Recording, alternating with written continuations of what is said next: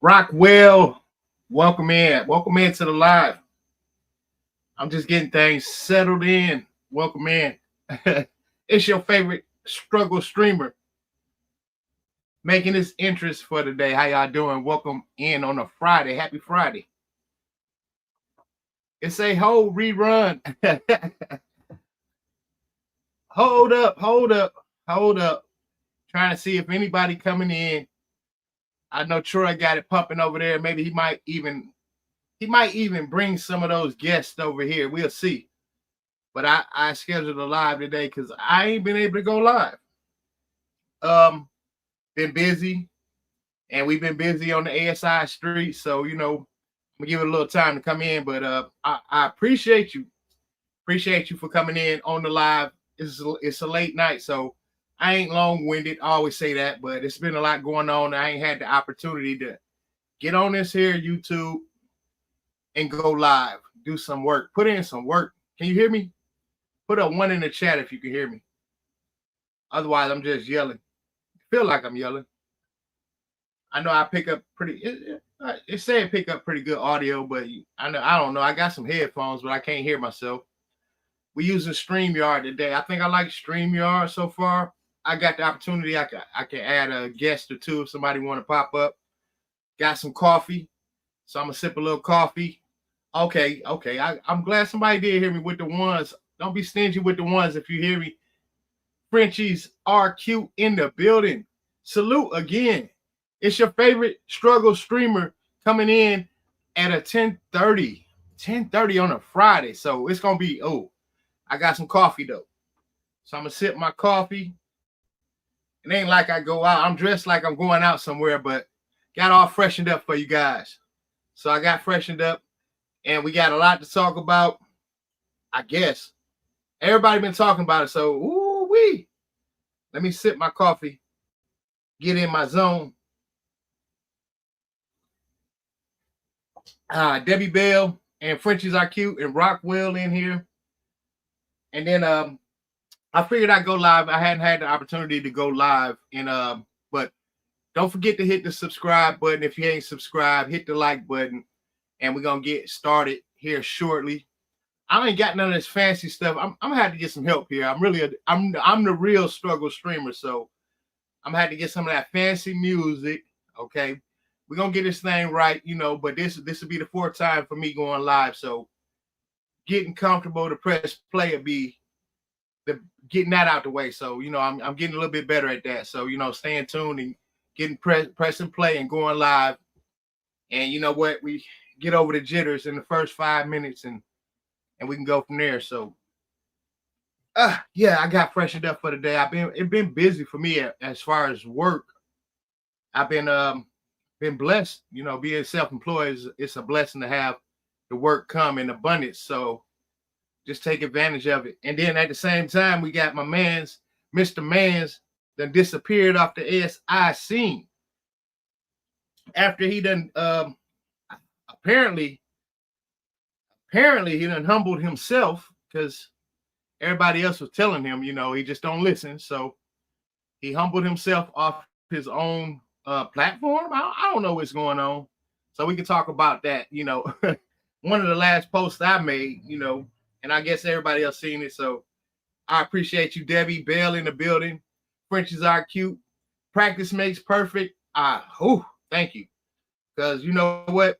One day we're going to have a smooth flow transition with this music, with intros and outros and all this, bells and whistles. Phone calls, maybe. I don't know. I don't do it like Troy. I ain't even trying to achieve that. I don't have enough time.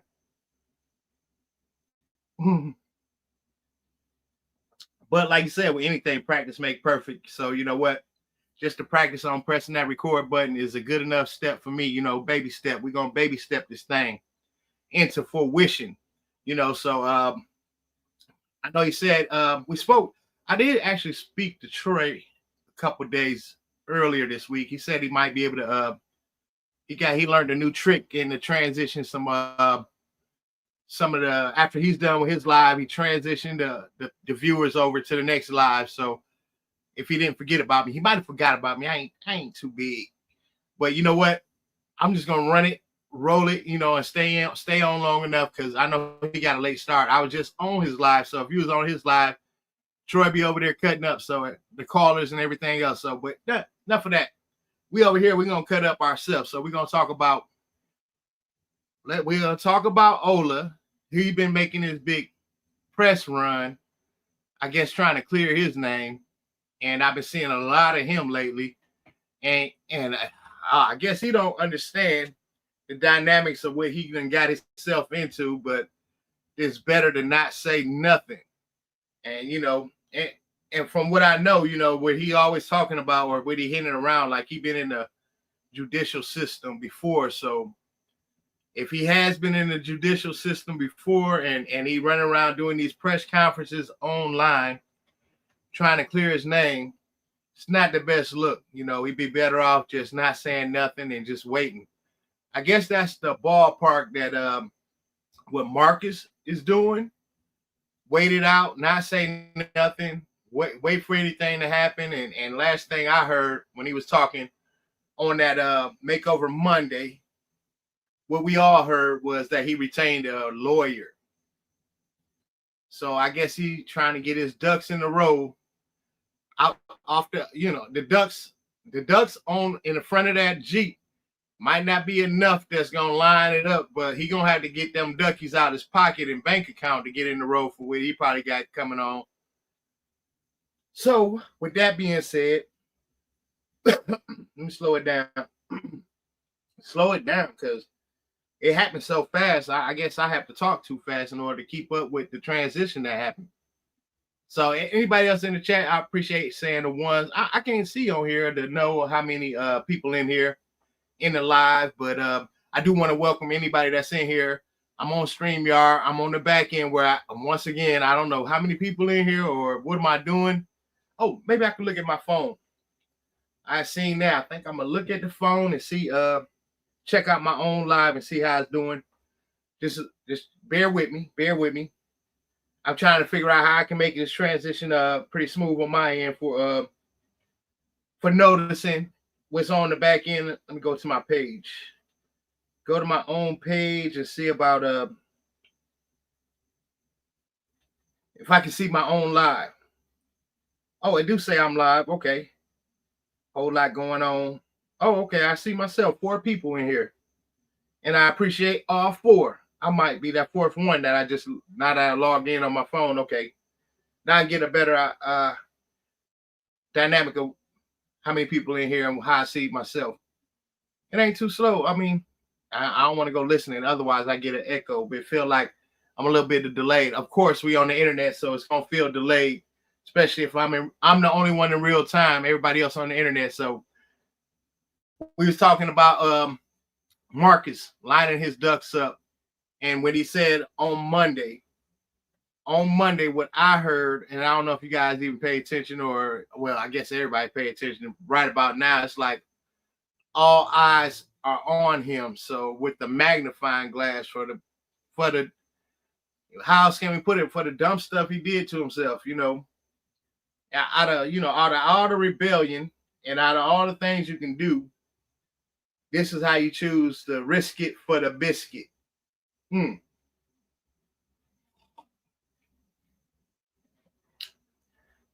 All right, see my cup. It's a little bit older, but don't make fun of me. It's just a lot of coffee stain, but this dad's a big deal. I got that for one of these Father's Day. It wasn't the last one. It's about last year, but it's the biggest cup. So I love my coffee. So I drink the dark roast, and I love that I had that cup for a minute. One of them Father's Day gifts you get, that actually not the macaroni necklace. We way past the macaroni necklace phases, but yeah, that cup really come in handy. Don't act like I'm the only man that got the macaroni necklaces in, the kindergarten. You get the macaroni necklace and you get the picture with the actual, the picture of everybody, the family picture with the macaroni surrounded it, with the macaroni necklace, with the picture, all of that. Yeah, I was around for all of that.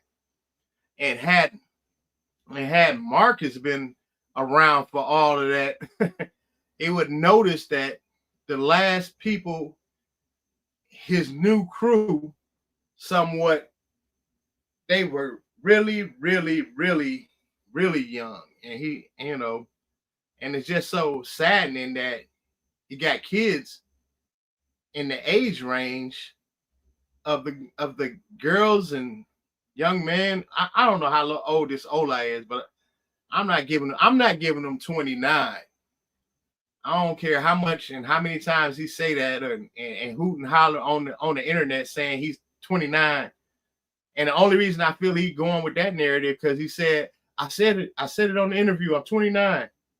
Come on, man. If you want to retract something, retract that age to a real age. Otherwise, he just looked pretty young for 29. So, I do know older people that look young for their age. So I guess, or it's just me, Any questions in the chat about what's been going on? Anything in anybody's head that might be sticking out as far as the last ASI scenes, or who really sticking out right now in the ASI world? Because I can go on and on about how we got to where we are, and I plan on talking about that a lot for the next 45 minutes. I give it 45 minutes to an hour. I can stay on longer. We get more engagement in here, so I'm definitely here to talk about it because I didn't put out much videos after that last video. I put one video out about a scar. I'm definitely, because I had to put that one out there because it's gonna be more scars, more nicks and bruises. So I wanted to get that one. I wanted him to talk about that.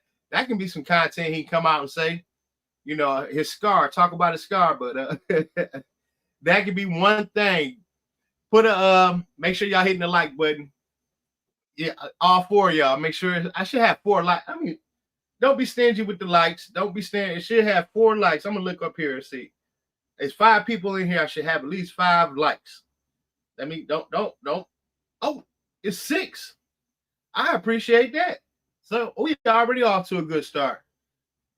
I blessed, already blessed. So 6 people in, 5 people in here, 4 people engaging. If you're in here, once you come in, just put in some type of one. Let me know you hear me. Let me know you're in the building. I was just running my mouth about where we are right now and how we got, or how Marcus evolved into a heap of mess, what he got himself into. All belongs to his own thinking and his own rambunctious activity for his spicy content. The chase for the spice landed him, risking it for the biscuit, risking it for the biscuits, and it wasn't worth it. We shall see. I don't think they even really had no good biscuits in that. Well, they might have biscuits once or twice a year in the penitentiary, but hey, I'm just saying. I'm just saying. We were talking about biscuits, and I thought about the activity he put on, and why is he missing? Do anybody got any confirmed sighting of the man? That's what I'm wondering. Anybody confirm? I've been busy working, so I ain't been able to have a chance or opportunity to run around downtown to see if I even spot the blue Jeep. So he ain't that far, he ain't that far from me. It's a good to get on his side of town from me, probably about 23 minutes. Except for a Friday night, it's probably about a good hour. But but nah, I mean, yeah, it's probably lit out there. I ain't been out in the Friday in a long time. But he showing did no live, no other than the Makeover Monday, and I guess that was just to try and get his hands on Feisty and see one last reunion, or make sure she wasn't saying anything out of the craziness. And anybody Feisty in Texas? Oh my God, I've been seeing that too. They're saying Feisty is in Texas. Anybody? Feisty just gone wild out here. Tragedy is just Feisty gone wild in Texas. And finna start a content house. That's crazy. But first thing first, Marcus' last video, he's talking about how he done put together him a retainer. I guess he hired him a lawyer as far as a retainer fee for what he might see fit. I don't know what he thinking, which lawyer or what he might have told the lawyer, or any good lawyer. They probably gave him a nice hefty fee for that retainer. So we were just talking about him and them ducks on front of that Jeep. You know, he gonna have to get more than them ducks in the front of that Jeep lined up, because it's gonna cost him some money out of pocket, from what I've been hearing. And actually, I have heard the lady talking, which is the mother of the young lady. I've heard the mother of the young lady talking, and she don't seem to let's say, unenthused about not pressing any charges. She's just navigating her way to the right charges. So that's gonna be a hell wind and storm of fire, from what I'm she was pretty, from the interview of the young lady, talking about how she was on alcohol and drugs and whatever. I have quite the contrary belief that her mother is anything of that nature. She did, and she stated herself that she was alcohol free for 2 years, and damn near 10 years or whatever more. I don't quote me on these years, but I do know she said she ain't touched a drink in 2 years, and she's like, and I ain't seen no drugs since we left Miami. So I don't know where where that actual theory came from her daughter, and me, I have, like I've said, I got 4 kids, so I got 3 daughters, and I have had a problem with one of them, where out of my 3 daughters, it's the middle one. It's always the middle child. I don't know. So what they say, it's my middle daughter. See, all 4 of my kids lived and growed up right here in this house. I'm actually in one of their rooms, their old rooms. So, the oldest one been moved out for forever. All my kids left out at 18, and I still got one in the house. So she's 16. So, yeah, when I said left out, not left out and homeless. So don't get me wrong, but yeah, my middle child, which is my middle daughter, she had her runaway spells, and it didn't last long. It was, and her mom is like a firecracker. So it really was put out pronto. So, but that the phase that they go through and being teenagers and whatnot, we all know, we all been teenagers, we all been adolescents, we all been young adults, and we all have had our ways, rebellious. Unless everybody wasn't the goody two shoe, I don't have that experience for me. So but my oldest daughter was. So it's quite a few. My oldest daughter was pretty much a goody two shoe. I don't want to get into that. She's still a goody two shoes.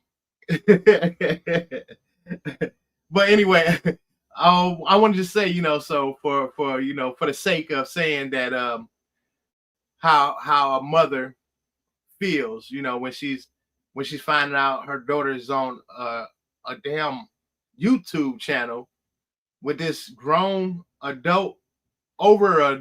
overly adult male, call himself conducting an interview, and so so so fun.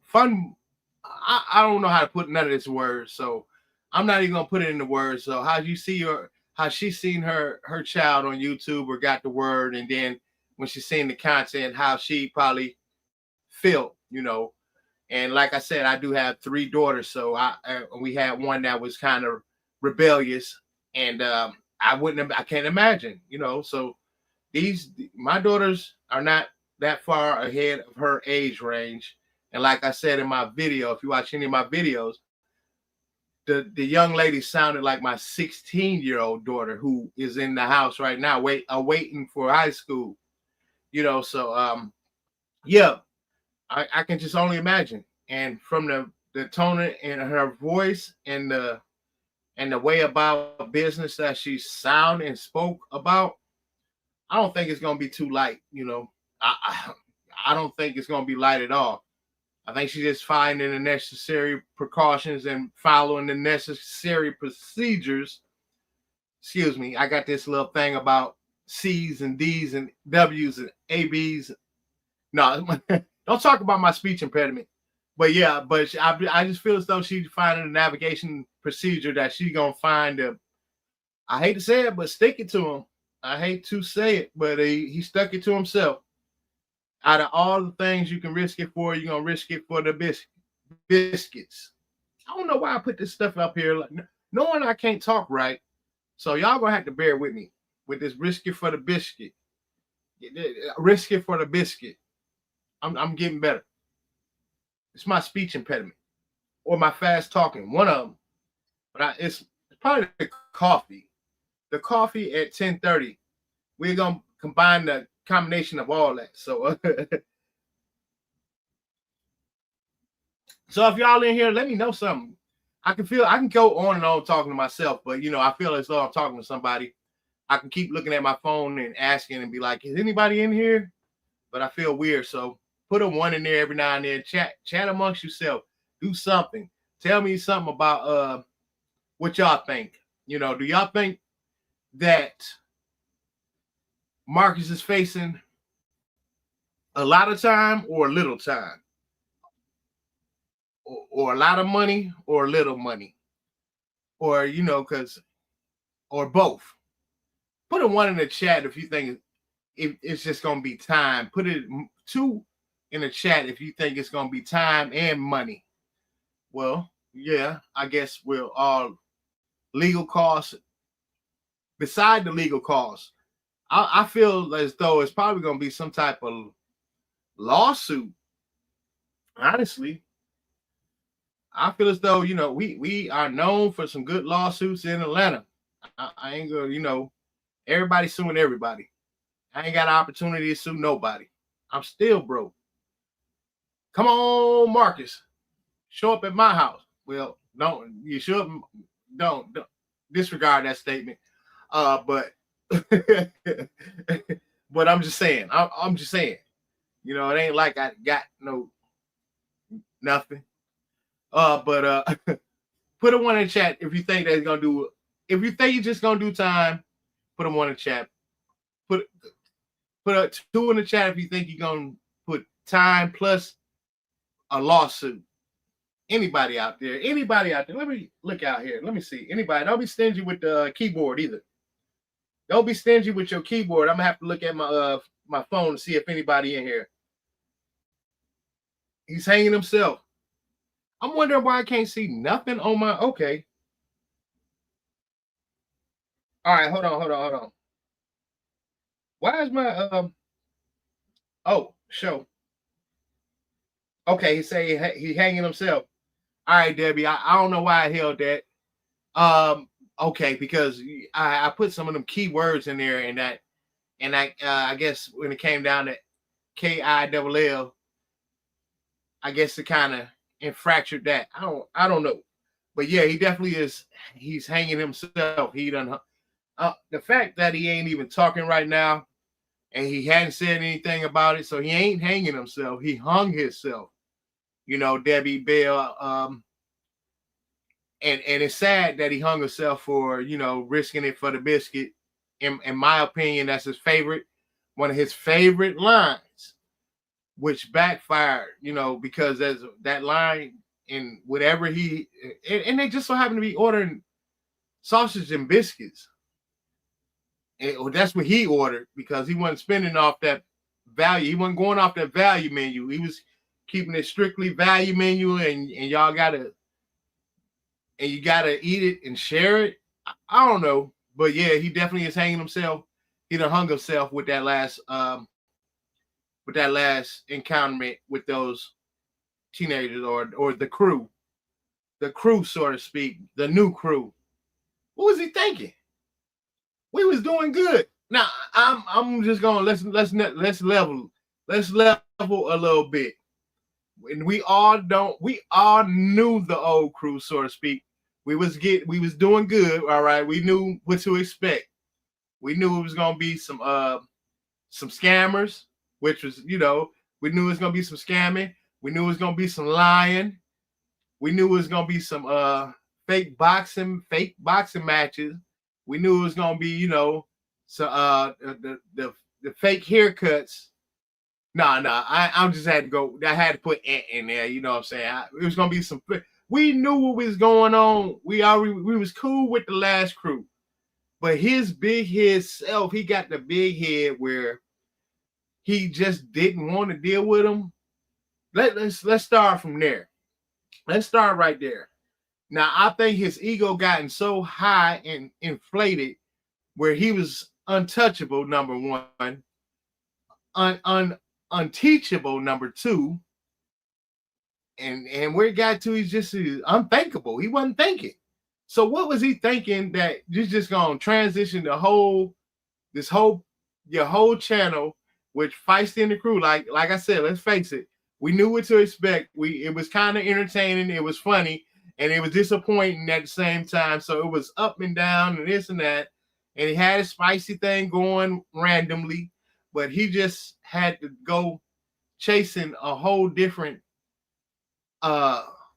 He went from wanting to put together the crew to the spicy crew, the spicy muffin biscuit crew, which landed him into some hot water. And I don't think that the fact is that because when it was going on and when it was happening, and if anybody watched the channel, I watched the channel, and I ain't gonna lie, but I was late, the premieres and all this, and he just dropping it at random times, but everybody was telling him, like, what are you doing? What are you doing? Oh, no, he disregard everybody, as far as who really matters is the people who's watching your content. Who really matters is your subscribers and the people that support you. He null and voided everybody but himself and his ego. And was like, this is it. This is the new crew. This is what we're doing. And this is how it's going down. And that's exactly what happened. He did what he wanted to do, and he went down, and he took himself down because of what? It's always in his head. Like I say, he risked it for the biscuit. That's what he's thinking, that, he can put together anything, any way, have his way, right away, shake it and bake it, microwave it, and boom, he's the man. And that way of thinking, very, very, let's say he's thinking like an adolescent. You thinking immature, so to speak. And he always was just running around because I'm a businessman. So you're a businessman. Hold on. What type of business? You're not logically thinking like any type of business-minded person will think. Number one, if you go about your day thinking you're the businessman, the business is suffering because you have any product or any business I do, I'm not the businessman. I'm the worker of the product in hand, so to speak. I'm the worker of the labor I'm presenting. I'm not the business. You know what I mean? Ain't nobody above the program, sir. And I want to say that so you can hear that. And you found that out pretty simple, pretty quick, because soon as our ego, and man being man, women being women, we are all human. I'll give you that. We are all human. So, but nobody has ever been above the program, whatever that program may be, we soon find out what's bigger, but nobody's bigger than the program, sir. And you are the master, the creator of your consequences, so to speak. Why? Well, level with me. Take a trip with me. Now that we have been in the ASI division, and we can go all the way back to all of the things that he stumbled upon and tripped and fell on some quite risky things in his past, but still haven't learned. from what I hear, it's a lot, and it's ASI community, there's the street sector community. I'm just new. I'm just new to, actually having my own little content or having my own little dialogue with you guys, and I appreciate y'all for being here to hear it. But I'm just new to seeing the overall, what's been going on lately. I've been around looking and peeking about, and seeing what happened in the past, but quite frankly, what I've heard that he have done before then in transitioning to how he is now, it was quite ravishing. Excuse me if I don't come up with these big grand words. I'm trying to find them. I'm trying to get better, but just work with me. Let me cook. But before he had put himself in the predicament that he's in now, it seemed like he has been in multiple predicaments. He had placed himself in with the same behavior. So that tells me that number one, psychologically is something wrong. You're not wired right, sir. Yep. And I'm only going off my own observation. So this is all alleged. This is all alleged, except for the people that have all these receipts. And there's a lot of them, and I've been posting around these ASI streets, and I'm not much of a talker. I don't get on here on live, and I don't share a lot of my experience that I might have seen, or I don't share a lot of experience that I might have heard about. I just share my experience on how I feel, as of right now. And I'm not a big internet person. Quite the contrary of my content that you might see. Yeah, I'm not a big internet person where I get on here and I do have a lot of time to get on here and have fun with you guys. But I am transitioning to have fun, and I am transitioning to be a little bit more settled in my ways, so to speak. And with that being said, I want y'all to just bear with me, because I too have a past. Not like him. No. Get that out of your head. I too have a past of not being programmed right. You know what I mean? Or not logically thinking. I have a past of not to the. I want to compare my thought process in comparison with his thought process. Not the action, not the actions at all. Let me get a little more coffee. Give me a second. I want to compare my thought process with not the actions of him, but the thought processing. You feel me?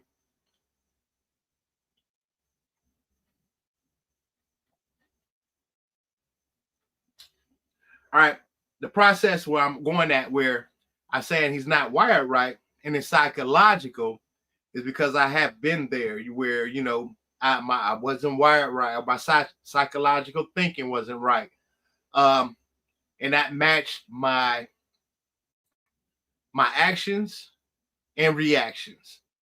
And that also matched my results that I was getting. So let me break that down. After our woosah moment. So it matched the results I was getting, because the results I was getting was always negative. And I couldn't quite find out for the life of me. I couldn't figure it out. I'm like, why was the results I'm getting always negative? Incarceration,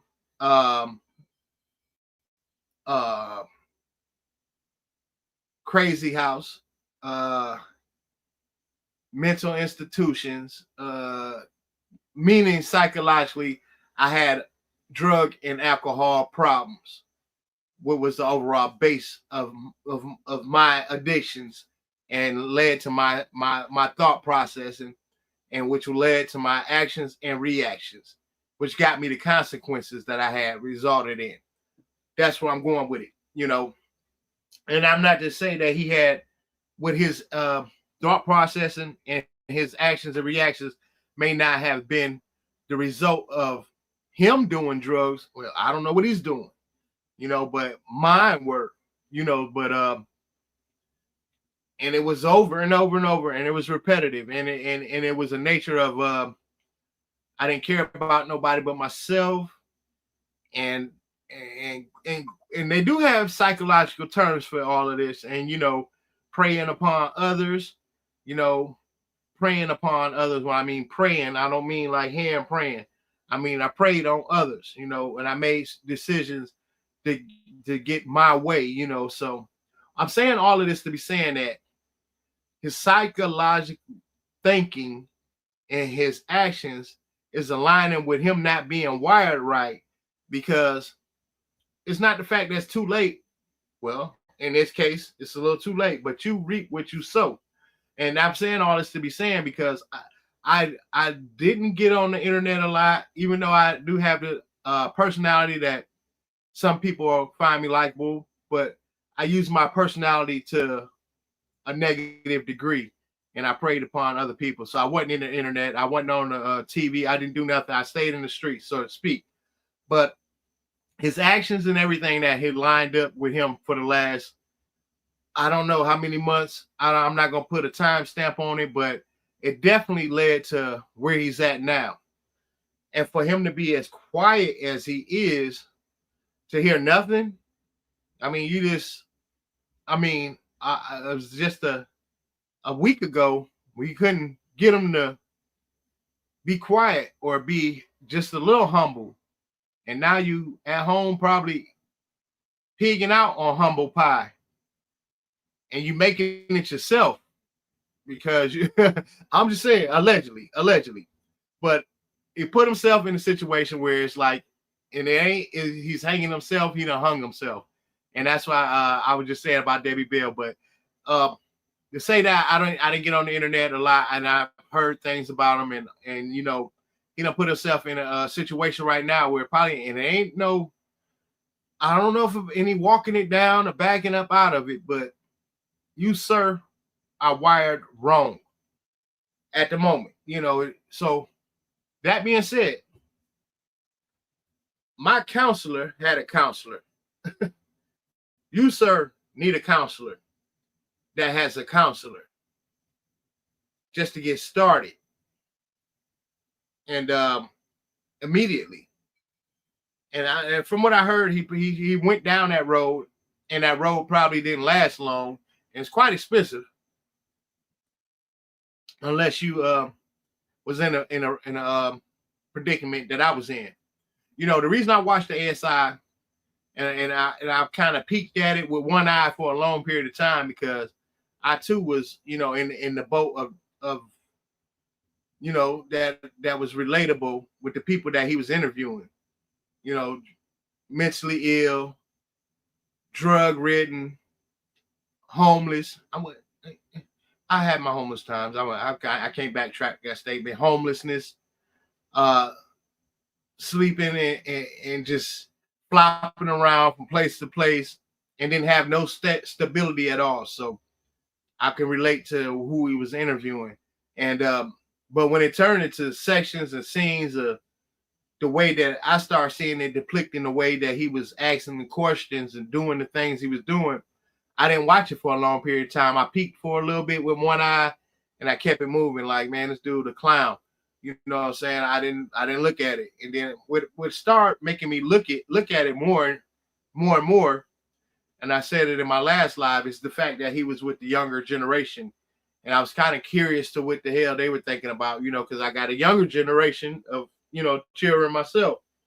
So the way he started interacting and start being with them, it kind of gave me a side. I gave him side eye, because let's be honest. I'm here. I live in Atlanta, so I know about a lot of the inner city of Atlanta, and I know of the outskirts of Atlanta. But where he at is pretty much the downtown Atlanta area, and the downtown area is different group of people. Like I said last time on one of my live, if you double back and look at one of my other lives, I said that people that's in the downtown area, they're on a mission. They're in hustle mode. So they're in hustle mode. They in trying survival mode, and they kind of beg off the pedestrians that come and tour and the people that's visiting. So those are different group of people that he was kind of interviewing. A lot of them, where it's like, man, Atlanta street interviews. I'm like, every time I was looking at it, I'm like, this ain't no Atlanta people. This ain't Atlanta. The younger generation here they do got a little bit of business about themselves, and they definitely some of them do, and those that don't have business by themselves probably Marcus wouldn't find them on his camera at all, And so the people that got depicted in this whole series of Atlanta street interviews, a lot of them was kind of, I looked at like, this is a fabrication of the people that's here. That's how I looked at it, being down here, being living here. So I was automatically side-eyeing the whole channel because of that. So when he got into the younger generation that he was in now, the feisty and the tragedy, I kind of started looking a little bit more. And then the way and the activity had grew upon them was kind of, funny, real funny. So I'm like, okay, this getting funny. So that's what made me start reacting to it. I'm new on the reaction, so and late, but at the same time, if we take it and double back, they was likable. People some likable stuff about them, and in some way, even though they youth and they going wrong, they can't tell any of these youth nothing. The younger generation, they look at us like we left them behind, and they so let's say, how can we say, they feel like they deserve more than what they actually work for. So they feel, let's see, entitlement. We'll go with that. In generation today, there's a lot of entitlement in this generation, and my kids guilty as well. My children as well. But it's just something about them,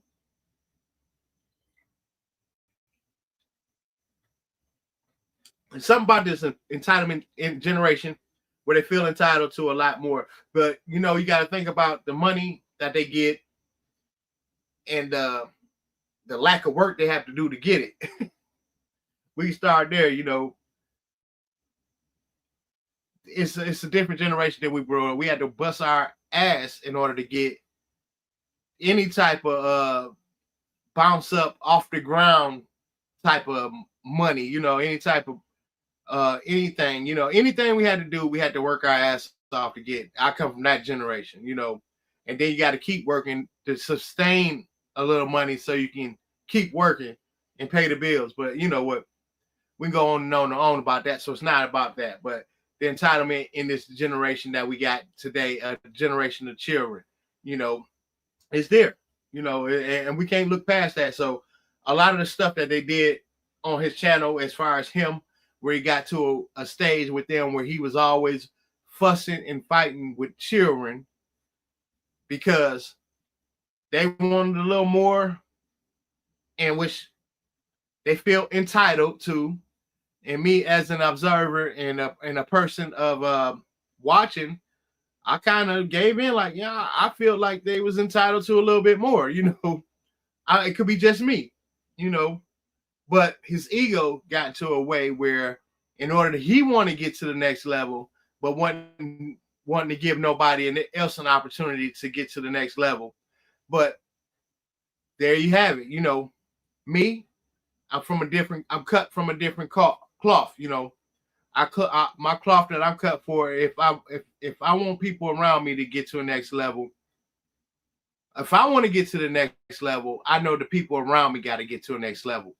So I was always cut from that different cloth like that, where the people around me, I got to make sure they leveling up. Otherwise, I got to get rid of them in order for me to level up. That's just how I go. That's been my experience. And when I'm speaking on my experience, I'm not going to get too heavy involved with that or on no internet about my experience. But I'm just people around me had to come up in order for me to come up. That's how it always came. Otherwise, they want to kill you. Put it like that. Or in Marcus' case, they snaked them. But that's how he put it. Now the terminology he put together is all street lingo and all this, but we talking about the world of YouTube, you know, and in the world of YouTube, you coming up and you getting to next levels, but you trying to keep them at the same level pace of nothing, sir. And I seen it, and we all seen it, and they seen it, and that's when things start going haywire for them and for him. Because of course, he's a businessman, and we got to see if the numbers match and if the budget allow. You want to throw all of that business terminology on a group of people that don't know nothing about that. All they see is the come up that you got and the lack of come up that they have. And they put 2 and 2 together real fast, as anyone will, as anyone should. You know, they're not that slow as you think everybody around you is. So I guess me being on here on my live, I don't know. I think I'm talking to Marcus. I believe he probably might be in a bush someday, and he gonna hear this and he gonna see it, and he gonna be like, okay, I kind of get it.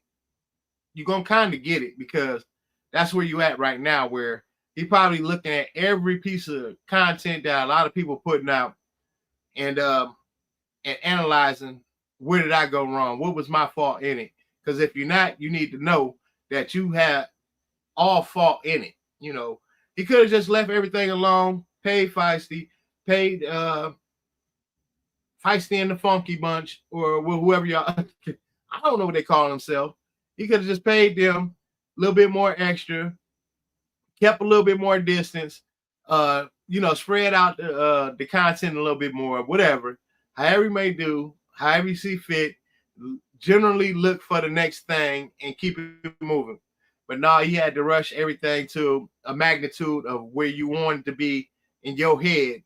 And that was spicy, spicy, spicy right now, and how I'm going to get it. And because I'm the man. But, you know, that plan backfired, so we neither here or there. And I don't know if anybody's still listening to me. Let me look at my phone. We got 4 people in here. All right. So, and I got 7 likes. I'll take that. So, what I'm saying is that his greed done led to his ultimate downfall. We can sum it up like that. Now, do anybody think that he'll be coming back on the channel and addressing any of this? That's where my real question is. Do anybody think that he will come back on his own channel and address? If I don't think it would be wise for him to address any of the, you know, allegations or whatever the pretense of any allegations may be. But you think you're gonna come with any content? Anybody? Put a 1 for yes or no. I don't know. That's easy. Why yes? 1 for yes, 2 for no. Anybody think he's gonna come back to his own channel, his own platform, Atlanta Street Interview, and put any content out? Because I can see him.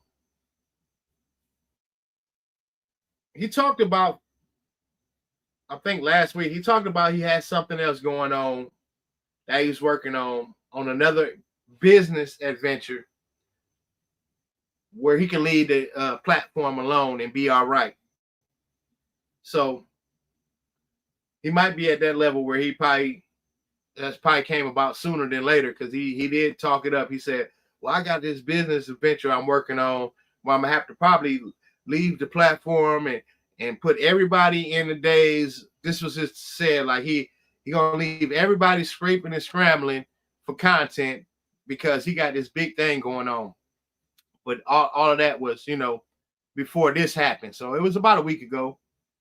And, you know, it was in different wording. It was worded different. So allegedly, I don't want to put nothing out here that he going to say, nah, I didn't say that. But it was in different wording, and it was to the magnitude of he got something bigger going on where it can kind of let the channel stay on chill mode while he worked whatever strategy he had working on his business idea that he had, or a proposal, or things that he had going already that he could put in motion.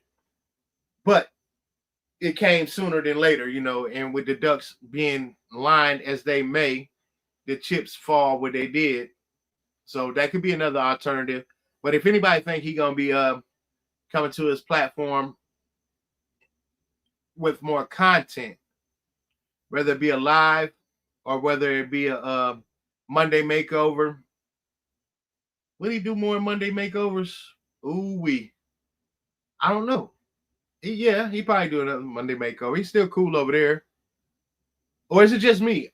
I think that his ego right now been so deflated, and he hurt his ego so bad where he embarrassed, where he ain't getting on the platform at all, or anybody's platform per se. Because just a week ago he was on everybody's platform popping up.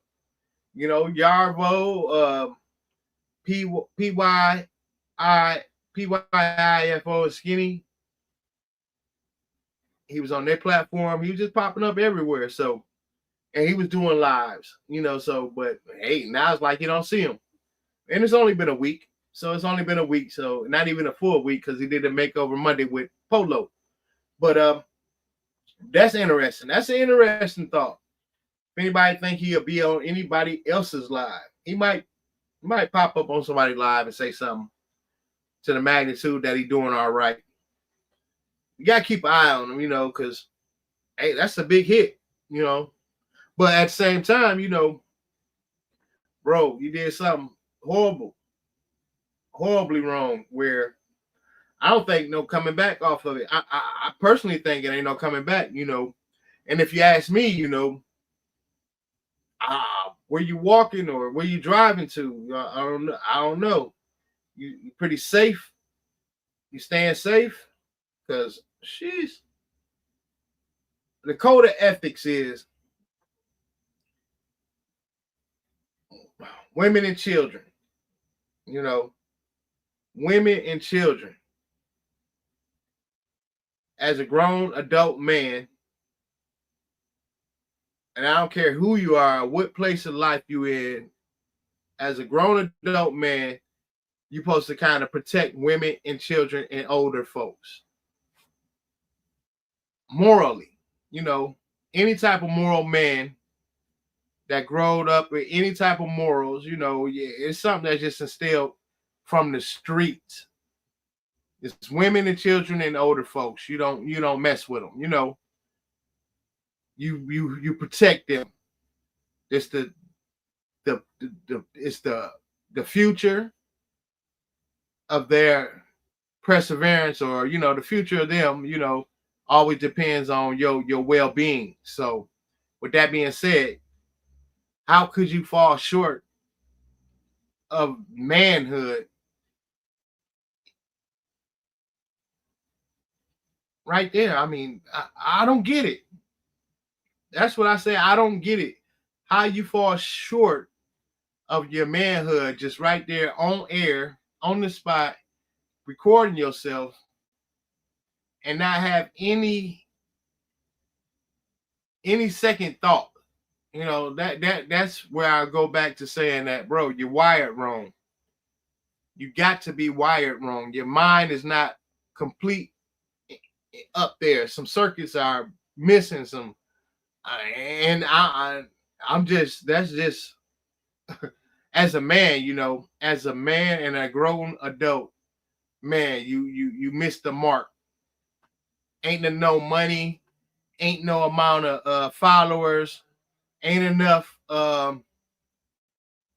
talk, ain't enough college time, ain't enough degrees, ain't no justification for when you missing the mark on protecting women, children, and old folks. It ain't mean you got no superhero cape or nothing. It just means that you just don't mess with them.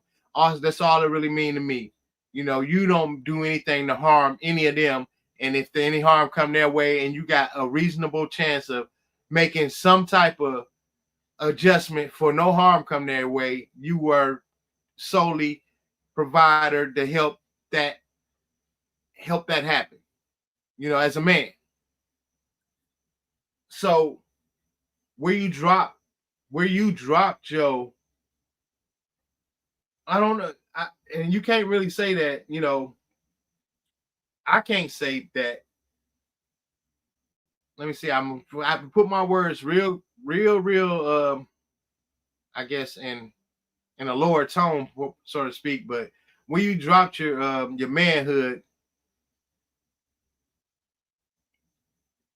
and start, I don't know. I'm not even gonna go there. But the video footage and the accusations and the surrounding, episodes of this happening repeatedly, you need. It's crazy how you might need more than just counseling. You need to figure it out quick. What is one of the things that, because me personally,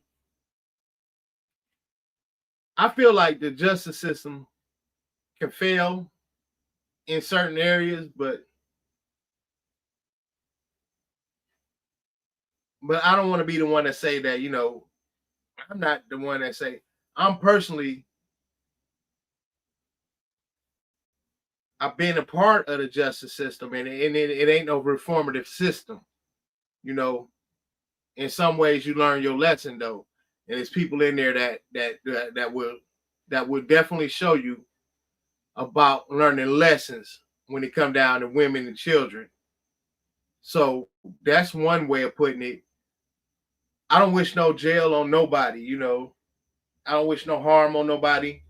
I don't wish no ill will on nobody, but I wish that, that circumstances that happen and prevails around people when it comes to women and children, certain circumstances you put yourself into, you land yourself in these situations where you either incarcerated and I guess it'd be worse. It could be worse. So you know what? With that being said, I wonder what he think his punishment should be. I think about, I'm not here to pass judgment or say nobody punishment. I'm just saying where the justice system prevails and where justice and all that people talk about how the justice is reformative and all of this, and because what you're talking about is a real sensitive subject. From what I'm talking about is a real sensitive subject, being that I have daughters, and it's a real sensitive subject, being that it's you got a big following and you got daughters. That's what I mean. You got daughters, I got daughters, you got children, and you got mouths to feed, and you got a family. So that's the only reason I thought about that. It's like, what was you thinking? What was you thinking? I mean, I hate to get so deep on a Friday night, but boy.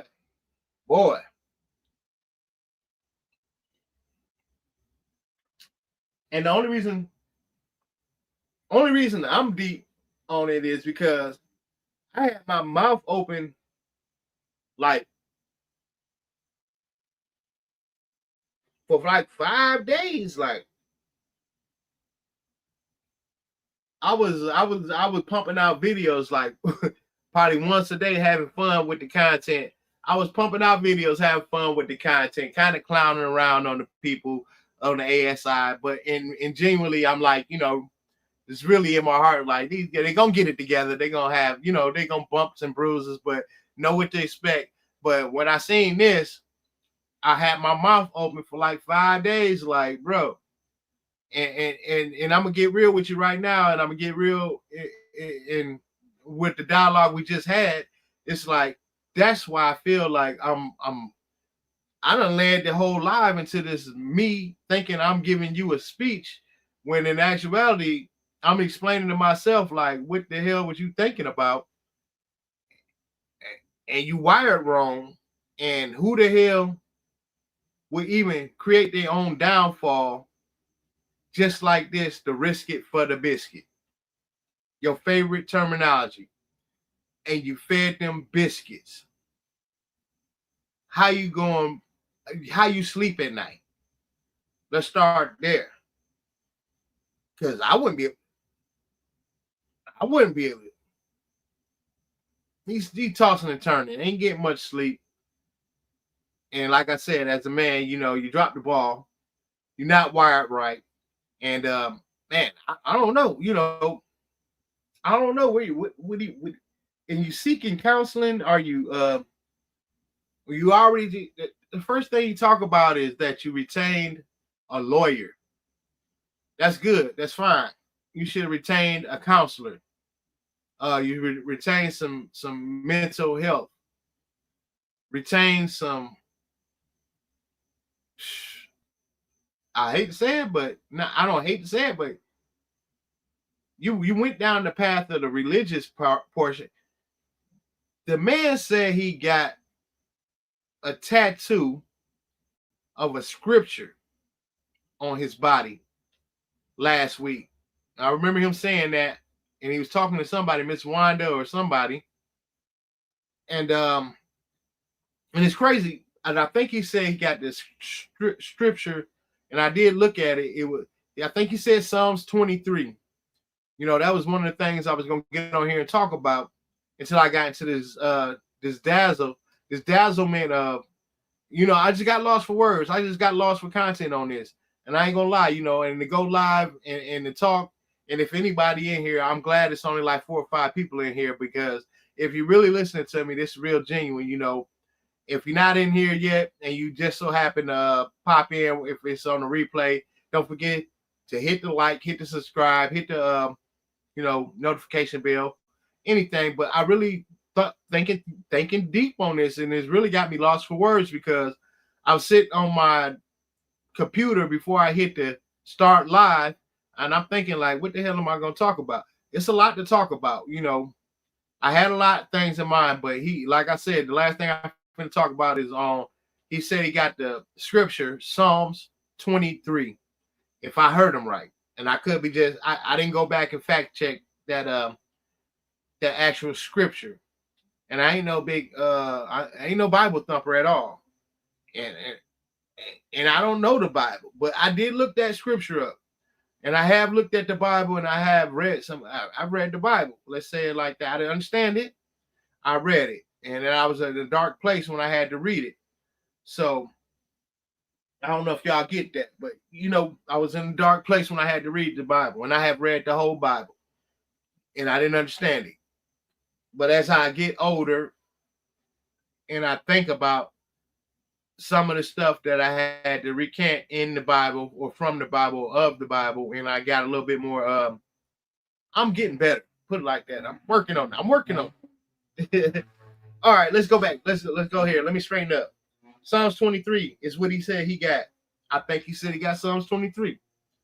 So let me get back up. I'm going to perk myself back up to the content mode, because I done lost all content mode. I done lost all pizzazz, and I shouldn't have, because I let my feelings like I said, I got 3 daughters, so I let my feelings kind of hit me on what I was going to say.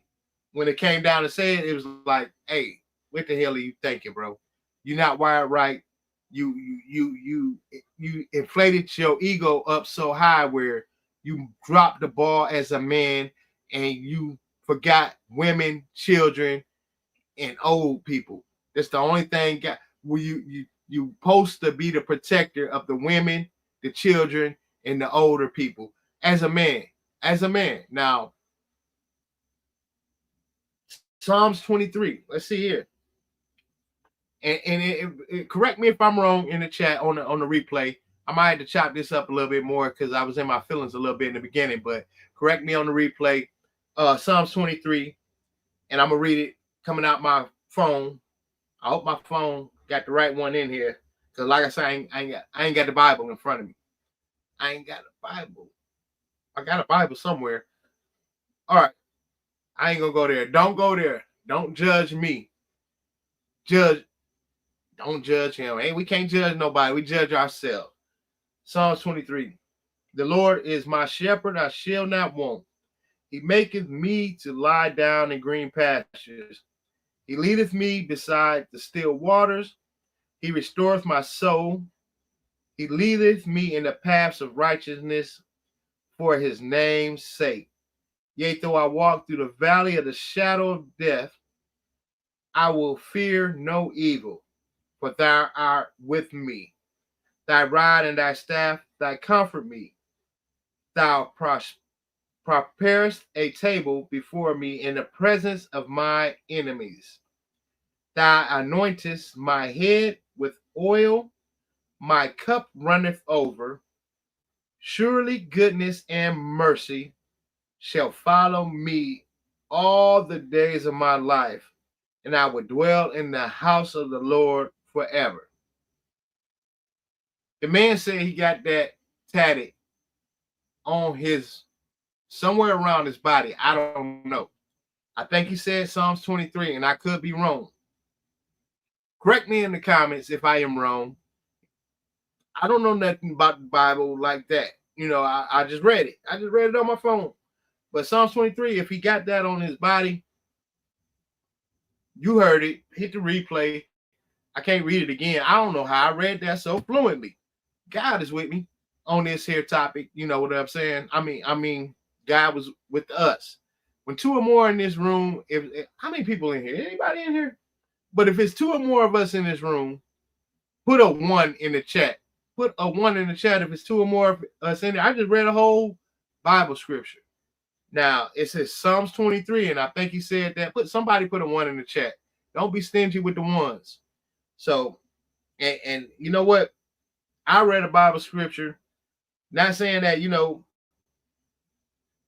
that I'm this big Bible thumper, and I definitely hadn't had a lot of religious upbringing coming up like that. But I do know spirituality, and I do know a higher power, and I ain't no, you know, Satanist or nothing like that. But it's just ignorant. I'm ignorant. But I see Psalms 23, and I think that's what he said. He put on his tatted somewhere on his Bible just this last week, and for him to and I just read the scripture, so y'all ain't got to put a 1 in here. I don't even know if this thing even working, so I'm gonna give y'all a pass because I'm gonna just say my internet, or I don't know if any of this is working. So y'all be like that then. Fine then. Just be like that. I had to read a whole scripture and I still didn't get a 1 in the chat. But read that. That's a deep verse, and I had heard that verse before. I had some attendance in church, so it just wasn't as frequent as a lot of other people, or wasn't as infrequent as some others. So you know what? I take what I got, you know, and I learn as I go. So with that being said, you know,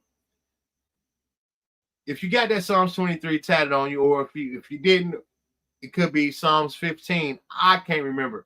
I could have just said that for my own sake, but I do. But I did. You know, we did that. But if you got any type of Bible scripture tatted on you, out of the evilness of what? Because I don't know what else to call it. Are you living it? Because I'm not here to say or pass judgment on nobody. People that get Bible scriptures on their body, some point of a transition has been made in their life where they feel as though they need to live it, so see it so they can live it. You know, me, I can tell you what I did. I did this one. That's a prayer hands. Sorry, you probably can't see it, but I had prayer hands tattooed on my body. At that point in my life, I feel as though I needed a prayer. You know what I'm saying? That's what I'm telling y'all. Oh yeah, it's all green ink, and it wasn't done at no tattoo shop. And it was a point in life where I needed prayers, and I got them prayer hands put on me. And I thought that, you know, spiritually, I was making a turn. And I was. So that's why I said something. If you put a Psalm 23 and you turn around and that's what you do, it definitely hit different. You gonna eat those words, or you gonna eat that scripture. I'm just saying. Did I eat my prayer hands? No, no, no. I used them prayer hands when I put them on me at a time in my life that I was in a dark place, and I needed that prayer hand. And I feel as though that that was the start of a spiritual journey for me. So this could be a start of a spiritual journey for you. And though I have heard you had started a spiritual journey a few times before when you have gotten caught in some other crazy debacles, so to speak. So you playing with the wrong thing, I don't know. I don't know. I don't know. I don't know. So you know what? I'm not even gonna go that deep on it. I'm just gonna keep it fun. I'm gonna keep it fun from here on out. You got your boy, what is his name? Ogre.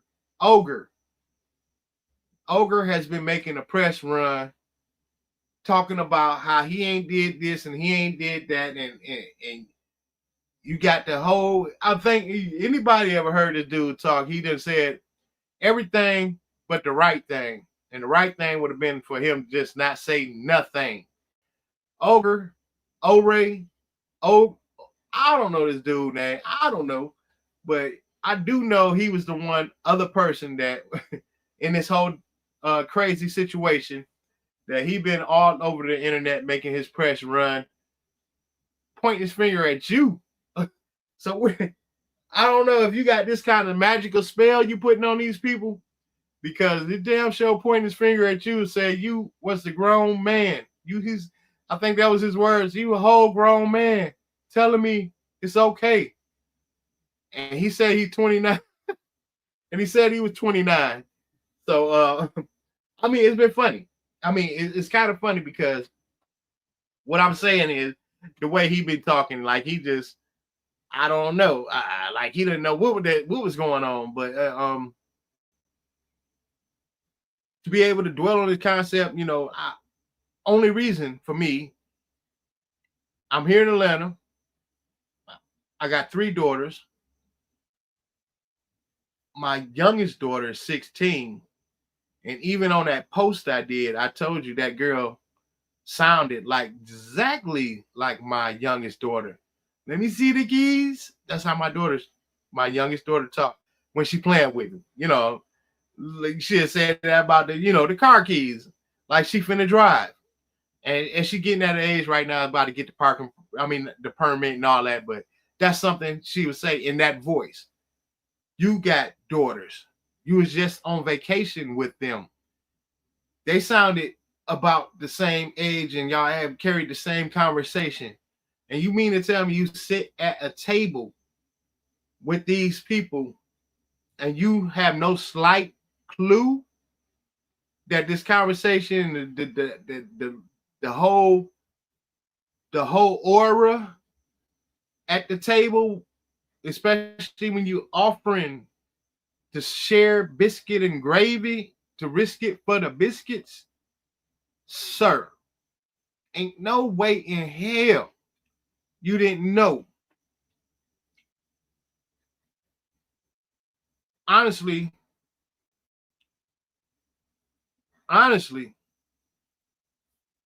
be honest with yourself. If you to be honest with yourself, maybe you can start making a transformation. Now, what that's going to ensure, and what my last video showed, we want to know about the scar on your head, sir. Why we want to know? Why I want to know about the scar on your head, and why I did a video and I don't see no other video. And I just was giving y'all a little, just a little insert. I got these prayer hands in a dark place.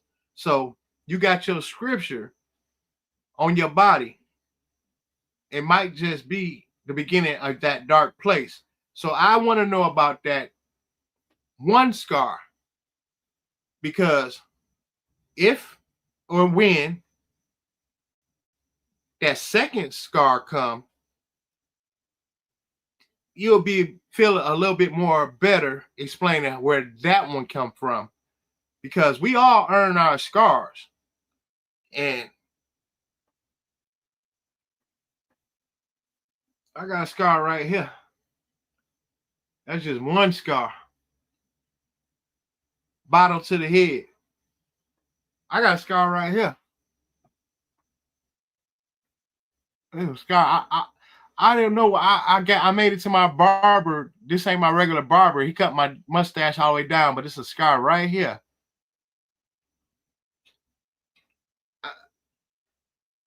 Glass cut that, but you know, we earn our scars, and you definitely might get scars. And just explain how you got that first scar, because the second and the third one, when it comes, you might be able to intake a little bit endurance on how and why the battle scars come, sir.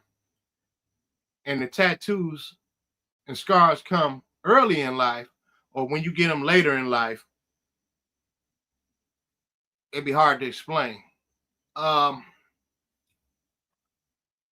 But she's, with that being said,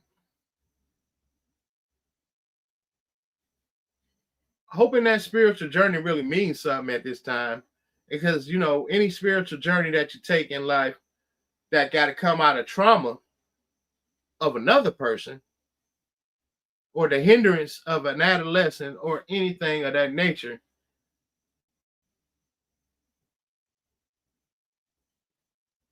those scars can be big, big, big. People in different areas and walks of life actually prey on people that prey on people.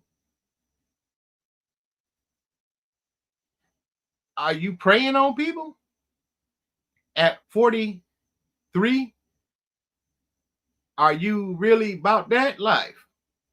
Because I can tell you, it was a young age where, for me, I'm gonna just say my personal experience, and I mentioned that in the beginning of this here dialogue video that I'm having, that I was preying on people, and I just showed you a couple scars on my face where that preying on people lead to, and I kind of roundabout told you in a couple words, if you listening, where I've been and have some dark times where I had to make a turnaround transition from praying on people. And it wasn't that type, it wasn't the same type of prayer. It wasn't the same type of pray, you know. It wasn't no children and women and children or elderly. It was, you know, just in general being a product of my surrounding. But I learned, you know, you learn. You live and you learn. But that was younger, you know, younger me. Now we have the same age caliber, and I got you probably by about 4 years. Since you say you're 43, I got you by about 4 years. And they be older at 43 getting scars. And to be older at 43, I think you say you're getting your first tattoo. And to be older at 43, maybe your first bid. And it's gonna be a hard bid for that case if it's a bid. If you're going all in, you're going all in now. Don't get me wrong. This is what you choose. This is what you chose to do, right? Or if it's something allegedly. I'm gonna go allegedly. And this live is all allegedly, and I'm just talking to anybody, you know, that's out there that may take the wrong path in life as a 43-year-old. Okay. So allegedly, at 43, and you choose this path, it's a hard path, I'm telling you, and it's a long road. And is there recovery behind it? Another thing I can tell you about is recovery. Because if it's drugs, I know all about that. Alcohol, I know all about that. Is it recovery? I know all about that. 7 years recovering, sober, drugs, alcohol, touch nothing. 7 years. Sir. I'm drinking coffee.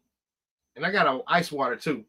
And it's 11:52, way past my bedtime on a Friday though. It's a Friday, so you know what? I'm gonna sip my coffee to that, and it ain't cold. I mean, it ain't hot no more.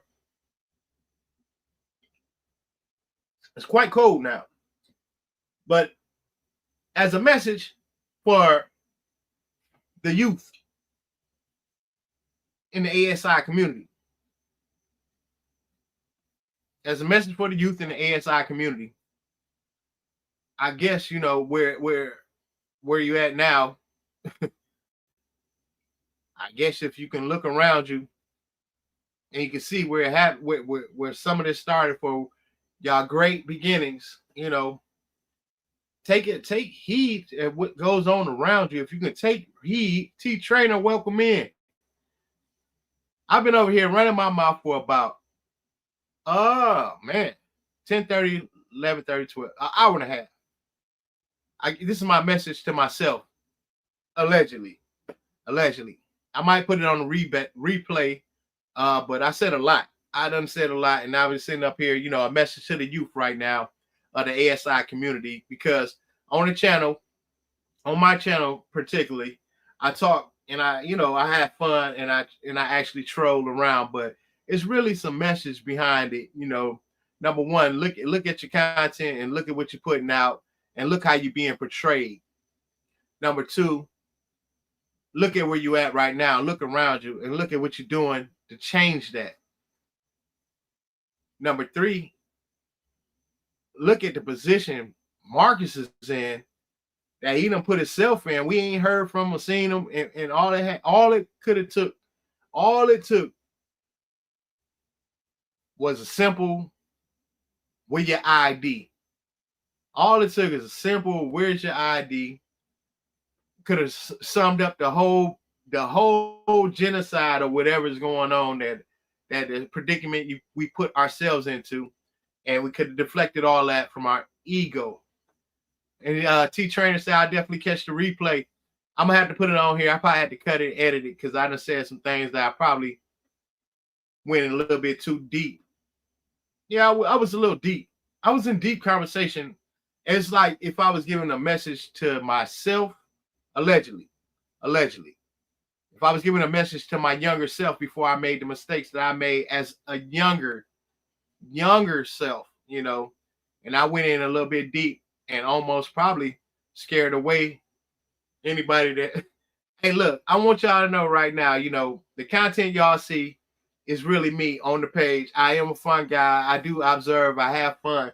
And what I said on this live may or may not have been true. I'm just saying.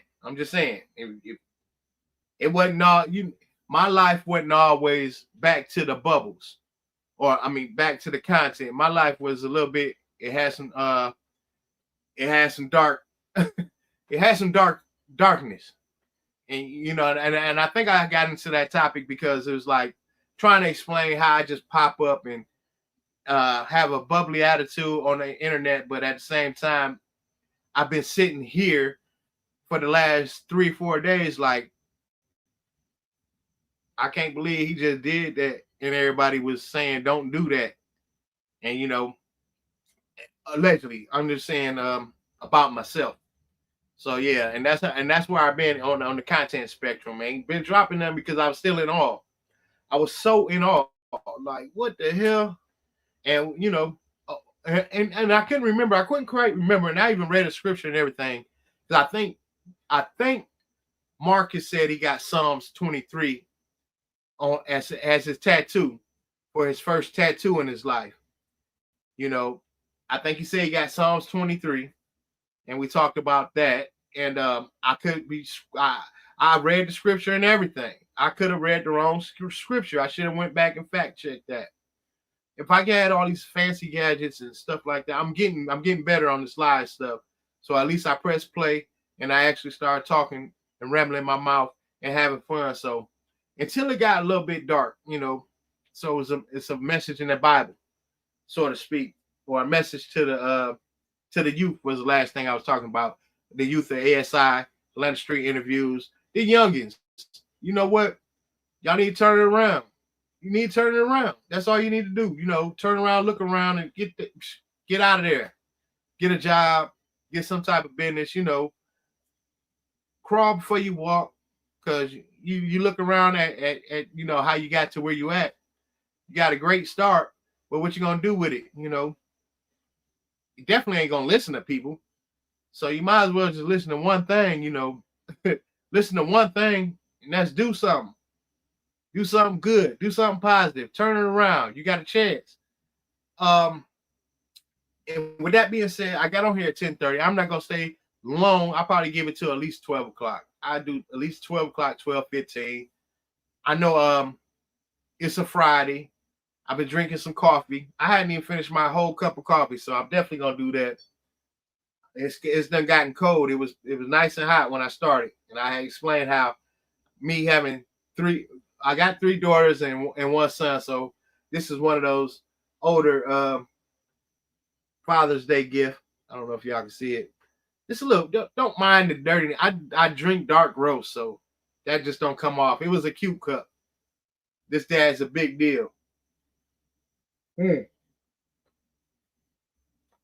spite of the conversation I was just having on live, and I was talking to a buddy, so to speak. Just say my live was a shout out to if it was I can't even say that.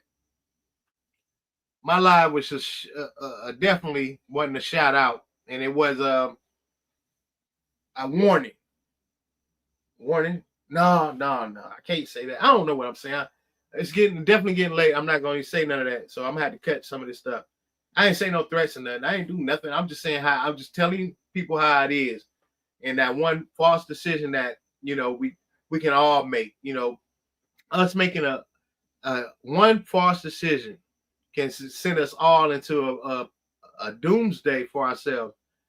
And welcome to the channel, Vegas 777 T Trainer here. Thank you for joining us. Please hit the like button and subscribe. I've been in here running my mouth for an hour and a half, and was kind of like I had went into this little phase as if I was talking, because there wasn't nothing but about maybe 5 people in here. So I had got to a phase where I was talking to a friend, or a so-called, or I don't know, or giving I can't say talking to a friend. I'm gonna say giving a humbling experience of my life that I had, that you know made trials and tribulations as a kid, and I even talked about failing. Not me personally, but that failed decision you made. This one particular person failed decision he made as a man. You know, women, children, and elders. You know, we as men we are, you know, it's kind of like a duly due diligence to be protective of women and children and elders. Something saying hide. I don't know if I'm getting something in the chat. Let me show. I say hide. Oh, okay. I don't know what's going on. Okay. So you know what? I don't know. Okay. Oh, something on the back end. Oh, it's always something. I need to just not touch nothing. I touch something and something started blinking. So you know what? I feel as though the last time I was just talking about Ogre. I don't know the dude name, but he been on the press conference, going on every podcast talking about how he ain't did this and how he ain't did that. So it's been really, really entertaining to watch this dude sit up on these podcasts and say everything but the right thing. And the right thing would have been to say nothing. He went on here and he just blaming everything on Marcus. You know, he didn't know nothing, and Marcus was the adult, and I don't see him being 29, and I just don't see it. Ogre or whatever your name is, and I don't want to jack nobody's name up, but is that your real name? It's your real name. But yeah, you shouldn't be going on podcast saying nothing. Then you turn around and talk about a merchandise, that computer and all that It was in, and that's kind of the most highlight of the week was him going around on every podcast talking about he don't know nothing about nothing.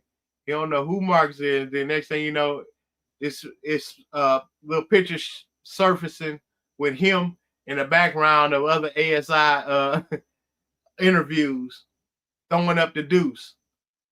Like, you know, somebody. And Feisty in Texas. What the hell is Feisty doing in Texas? I could drop the link for somebody if anybody wanted to come up. I don't know. I did this one time. I think I did it with Troy. So I'm on StreamYard now. Present or invite. What if I invite somebody? Share a link. Yeah. So what if I drop the link in the chat? There we go. Well, is that the link to me? Or this? Or is that something else? All right, let me see if I add somebody. Invite. Oh, okay. I'm trying to see if I can probably share screen, invite a guest. Okay, maybe that's it. Oh, okay, yeah, that's how I gotta do it. Copy. I'm trying to figure it out, y'all. I'm trying to figure it out.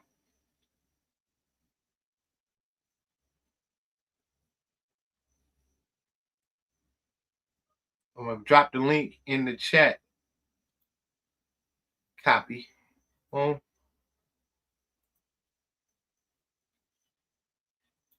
You say send it to Troy. I'm gonna send it. Hold on, I'm gonna drop it in.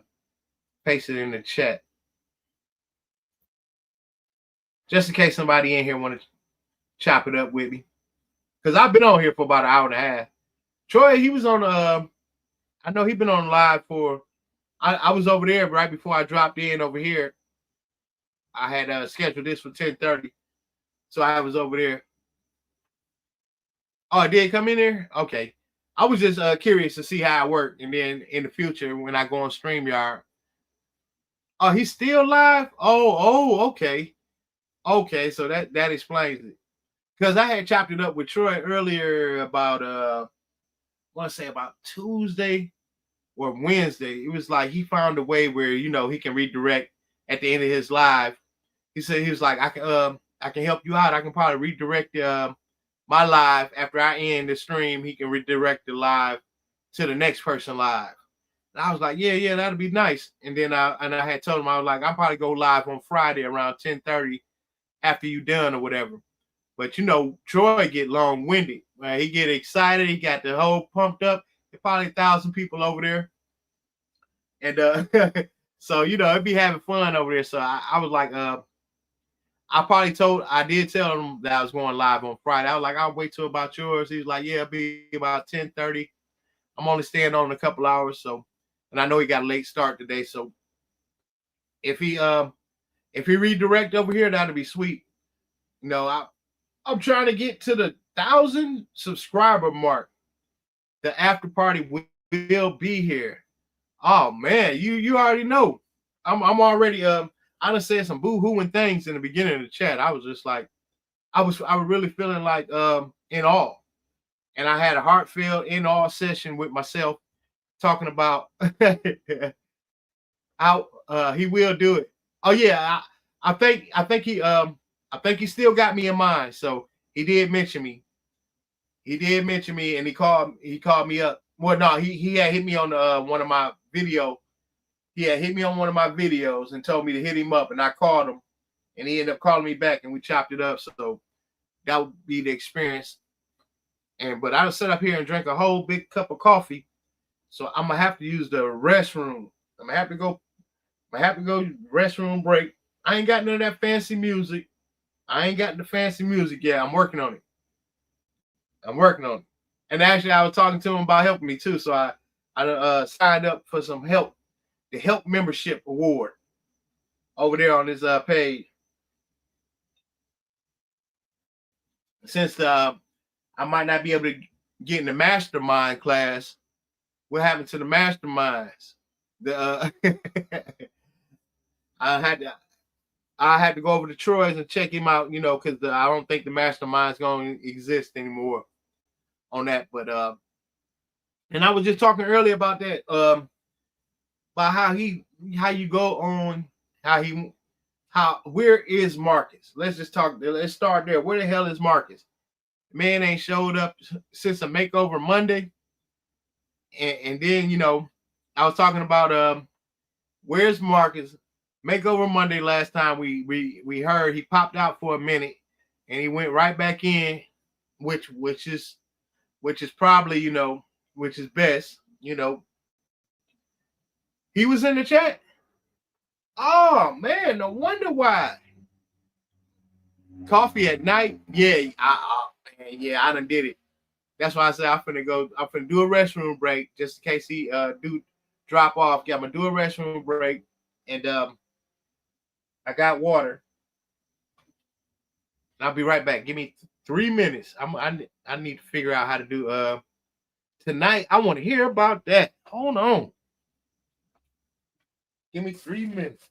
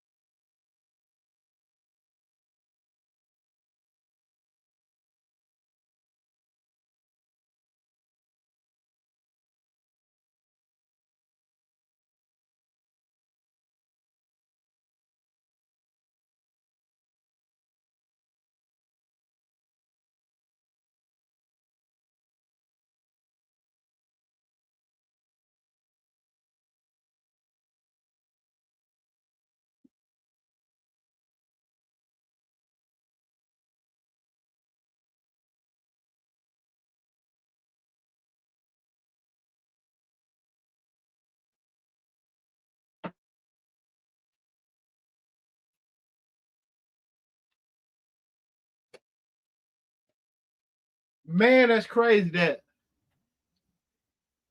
So he did pop out on Troy's live. Oh, hit him up. Let him know. Appreciate it. Because if we can redirect any other traffic, I don't have my cup of coffee. I tell you one thing, I can drink coffee all day. I have. But today I only had I think I had 2 cups. So this nighttime coffee drink, and if it get real crazy, I keep one of these in the stash. Keep one of these in the stash box. But you know what? I space it out. Just in case.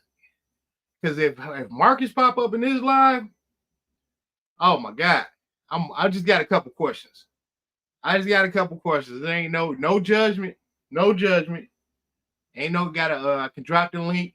He can actually I don't know. That might I, I'm just curious. What the hell is he thinking? What the hell is he thinking? If you got a whole chat full of people telling you don't do this, and your ego telling you and everybody else this is what I'm doing, it's just obvious that you not wired right, sir. That's one of the things I was saying. It'll be obvious that you are not wired right. And message retracted. Let me see. He was in the chat. Oh, okay, the chat. Okay, that did the StreamYard did read. Okay. And I was saying earlier, I'm like, you're not wired right. And what can possibly turn around? And then the scripture I read, I think it was Psalms 23 that he said he had tattooed on his I don't know where he got a tattoo that, but on his back or his belly button, I don't know. I don't know. Man getting belly button tattoos and and scars at 43. You definitely got some midlife crisis situation going on. So, oh man, boy, if it wasn't fit. So how many people I got in here? I don't know. Right now with 9 people in here, we're just talking about Marcus with his 1K, that name. That name. What is that? But I know that name. Psalms 23 was the scripture that I'll probably be reading again, because I think that's the if I read it right, not well, I read the scripture right, but if I heard him right, I think he said he had Psalms 23 actually tattooed on his body somewhere. But this was when he was at the Makeover Monday. He was talking to Wanda now. So, and I guess they was looking at it, and he got his first tattoo, and it just so happened to be a scripture. But it when I had explained, like when I got my prayer hands on my forearm, one of them way, but I got prayer hands right here. But anyway, I was in a dark place, so he might be going to be in a dark place, and that Psalms 23 is definitely going to help you. Allegedly, so I'm just saying. So, but in order to be there, what I'm saying, in that even be his way of thinking right now, I don't know. It's like to risk it for the biscuit. Let's start there. To risk it for the biscuits, and you just so happen to feed biscuits and gravy. Troy, about to end the show. Okay, I might have to turn on the light. Let's turn on the light. Oh no. How do I look? he might we did talk, so he said he's gonna redirect. Not the biscuit. Troy, about to end the show. Oh, okay. I might have to get a second. I do smoke cigarettes, so I might have to get me a couple puffs in. Give me a second. I'm gonna have to turn my camera around, because let me see if y'all can hear me if I actually go blank on the screen.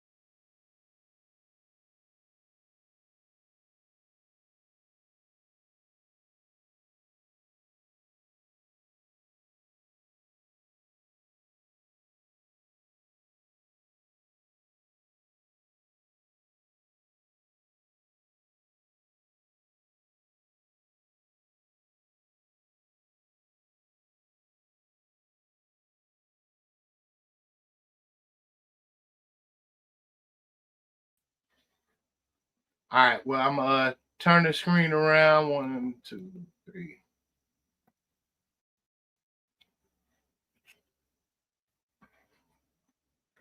And I'm in the middle of trying to call him, see if he can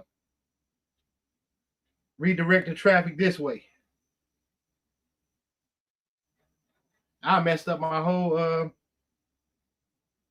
Troy. Oh, now it's going straight to the voicemail.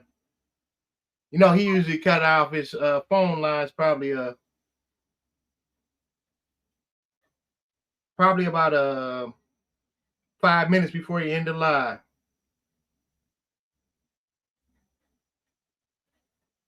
Oh, he ended it already?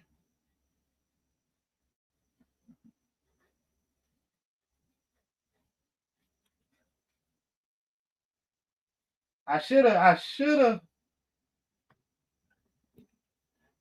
actually called him and give me 1 second. Let me boom boom fix my camera. I should have called him before, and that's probably my fault. We had spoke, like I said, we had spoke on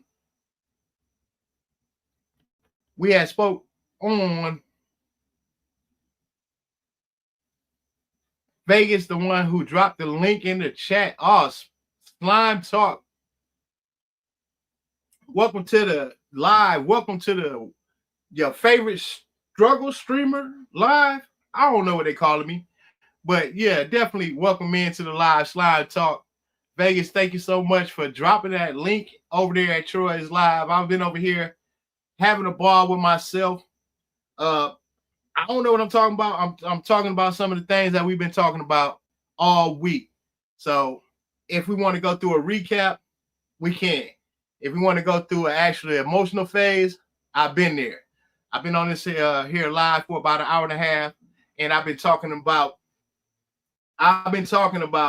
what's been going on in the ASI community for an hour and a half, and we've been talking about what's been going on for about a week with Marcus being missing. Last thing he dropped was the Monday makeover. And how did I feel about the Monday makeover? It went. Wanda always do the good job. And she always blessing the ASI, always blessing the Atlanta streets. So, that's one of the things I wanted to do as far as me being personally. I want to drop down on her and Rob over there and just give them something. It's something that I've seen that they can use. Something I've seen that they can use. I was trying to help, but his live is over. That's all good. I can work with what I got. Usually when the live end, people be, scrolling around and trying to find other places to go. It's Friday, so I got some more steam. I got plenty of steam because honestly, I was on this live. I started at 10:30. I thought Troy live was gonna be over, and I spoke to him earlier this week, and I was like, man, redirect one of them lives to me, and I'll be going live on Friday. And we had to talk, and he's like, yeah, I got you. And he told me what to do, and he probably tried to do it, and I probably didn't do it right. So I take my fault. It's probably my fault because I'm the struggle streamer. I'm still trying to get right. So I'm getting better. I'm getting better. We here. So I still got a little steam in me. So I got about an hour at least. If somebody decide to be walking around or crawling around these ASI streets looking for a live to pop in, he might have forgot. Troy be he like me. Well, not like me. I got a lot of things that be going on being self-employed. And this week just so happened to be one of them weeks where I was running like a chicken with my head cut off. So we did have that small talk. So he might have forgot. But it's all good. So it would have been I would have probably been shell shocked if 500,000 people dropped in here. I'd have been if y'all would have heard me earlier, I was pretty much I don't know, pulling harp strings. I was pulling some harp strings out, and I was like, I was really feeling like, Marcus let himself down. If he really feeling any type of way, he can only blame himself because the actions of his ego and his egotistic ways led him into a slump that he's in. And I personally don't think that he's gonna be coming out of this unscathed. That's just me personally. Now, do I wish any ill will upon anybody? No. But do people learn lessons behind this type of activity? Alleged. Yes. People do learn lessons around alleged activities of this so-called nature where, we as men, we have like a obligation and a duty from somebody in a higher position, say women, children, and elders. You know, we as men supposed to be somewhat of a protector of people around us who are of women, children, and elders. So he fell short. We fall short of a lot of things, but if we fall short in those area and phases in a life, you can fall short of being a man, and you fall short in let's say the righteousness of yourself being and your spirituality, and you fall short of the glory of God. Put it like that. You know, I'm not no Bible thumper. I don't know much about religion and all of that, but I do know it was a dark place in my time where I had to be. I have read the Bible. It was a dark place where I had read the Bible. Put it like that, and I had got some prayer hands put on my forearm around the time where, you know, I was just it was a darkened place, and I needed a lot of spiritual climbing during that phase of my life, you know. But this was all younger years, and I was telling the chat earlier, support a brother, hit the like and subscribe. That'll be a bless. And I was telling the chat earlier, like, you know, being younger, you get bumps and bruises. He just was talking, I was asking about that bump on his head. You know, some of these things he can address. Some of this stuff is good content, bro. Besides you having to talk about what you done did to yourself, because it's more bumps and bruises to come. Number one, with the allegation series of allegations behind it, being we all know, if you've been anywhere near these ASI streets, they've been talking heavily about these allegations. And the lady that was on Troy's line yesterday, who was the mother of the young lady in questioning of the whole thing, she don't seem like she gonna slow down on whatever it is that's going on. She just actually no brakes, all gas. And shit, for you to go get a scripture put on your body, it might be that dark time where you're gonna need to read that scripture because you want to risk it for the biscuit. And just so happened to feed her daughter biscuits and gravy. Let's start there. Yes, let's start there. You risking it for the biscuit in your head, in your mentality. You feed the lady's daughter biscuits and gravy and talking spicy. But you the big business, man, so nobody can judge that because it's all business. So, you know what? Hit the like, hit the subscribe. We can talk about it. It's a lot to talk about, and I'm glad you're in here. I appreciate each and every one of y'all. Let me see. It's your favorite struggle streamer. Let me see how many people in here. How many people in here struggling with me? We got 11 people, 11 likes. We got, how many people we get? Got 12 people, 11 likes. The favorite struggle streamer is talking about it. And hit the one in the chat if you can hear me. If I'm too loud or if I'm too animated for being 12:25, but it is Friday. It is Friday, and I got one little sip of coffee left. So y'all about to get this last little sip up out of me, and we're gonna talk about we ain't gonna talk about the issue at hand because it ain't for me to pass judgment. I don't know. We all seen it.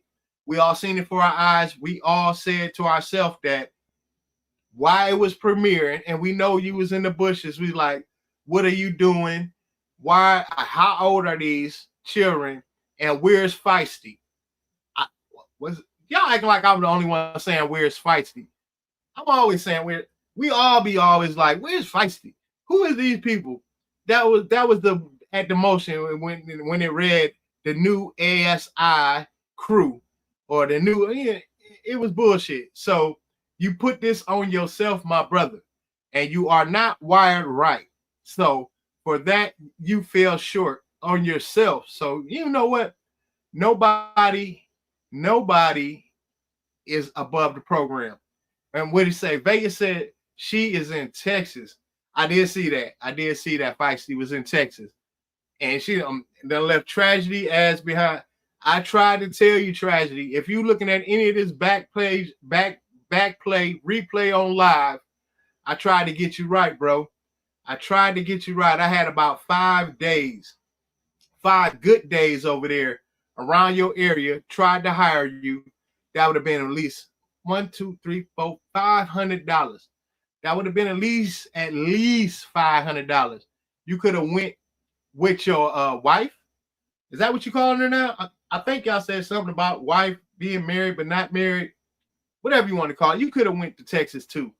But instead, you back in the bando. Let's talk about it. What the hell you doing now? Over there with Feisty is laid up in Texas with what's the guy name? Jay? I think his name Jay. I don't know. Somebody help me out in the chat. I don't know if his name was Jay. I think I heard Jay. But anyway, Tragedy is with Blue Strip or Gold Strip. Whatever you're talking about. Blue Nose. I don't know. But you know what? She said he got him a new girl. That's justification. That's justification. She gonna find that justification mark where she gonna be like, see, you got you a new girl and I'm doing me. But you know what, Tragedy? You could have had it. Yeah, you could have had your own bus ticket and could have went on your own way. That way she was running around here and the girl called her. Oh, snap. Of course, Tragedy gonna have him. He gonna have something. Now, who is this gonna be? This would have made for good content. You know what I'm saying? He had to go out, but anyway, Marcus had to go out bad on himself and try and find a whole new crew when the old crew was working. If you was paying them right, sir, you called them snakes. They calling you snakes. All y'all snaking each other, but you king snake, and you just want to be the biggest manipulator, and you wanted to grow the content to a whole nother level without nobody getting on another level with you. Make it make sense, Marcus. So you go out and find the only way you could have made it make sense was to get some children. That's sad. Because now granted, the youngsters you had around you was young enough. They was already making irrational decisions and really was they ain't responsible at all. But all you had to do was be a little bit more less business minded. The budget didn't allow for that. All of that was bullshit and some fabricated story in his head to justify not wanting to pay them people and not wanting to see them elevate, but wanted to be the only one to elevate. So you elevated yourself into a downfall, sir. You elevated yourself into a downfall, sir. Now, let's start there. Nobody else. You cannot blame nobody else. So, but yourself. I mean, shit. And now you ain't making no content, and you claim that you have this whole different business structure. I don't get it. I don't get it, but it ain't for me to get, and I ain't gonna pass no judgment. But you, sir, you failed. You failed yourself. Your family. You got children the same age. Now, this is what I don't get. This is what I get. You at the right place. Go interview Tragedy. I would. It seemed like I think I felt the type of way when he really. Now I'm gonna break it down. I'm gonna get back to you, Marcus.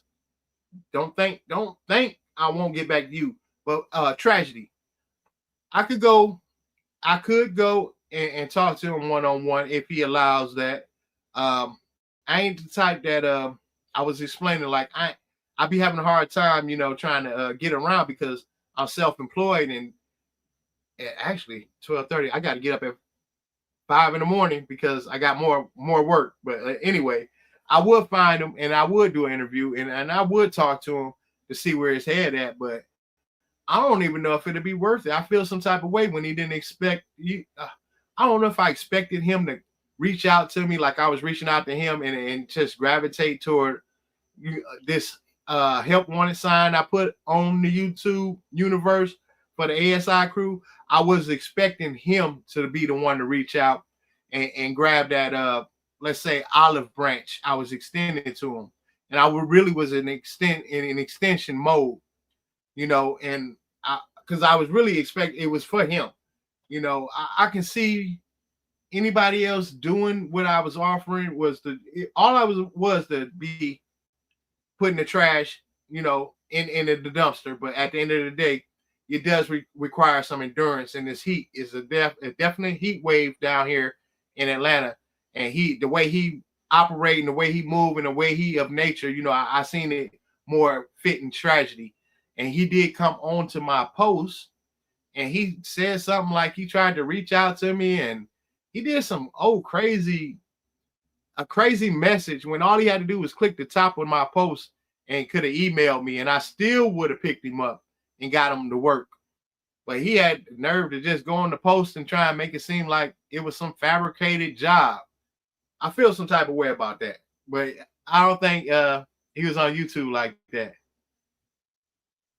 That could be true, but I was on Yarvo and Feisty was on Yarvo. And then Yarvo I brought me up and the communication was a little lag there because my audio was a little off and Feisty audio was a little off, but Yarvo had to explain to her that I was the one that offered a job and this and that. And I talked to Tragedy for a second. I told him to reach out on my page and get my, you know, my email address. So he might not be on YouTube like that, but at the same time, we did make that connection. And Yarvo was the one that got us that because Feisty was on Yarvo page. And, you know, Feisty was kind of like, she was right there in the middle. She was like, yeah, he the one and he the one that offered the job and this and that. And he got on there. He like grabbed a pen and paper. Like I'm finna just blurt out my phone number for him. And I was like, nigga, I'm not finna give you my number on the internet. I'm like, man. But anyway, we had made initial contact that day. And then I guess but the audio had failed and I had got dropped off the panel. So I thought that was enough for him to be like, go to my page and you know what I'm saying, just go to my email and email me. And I can call you from my email.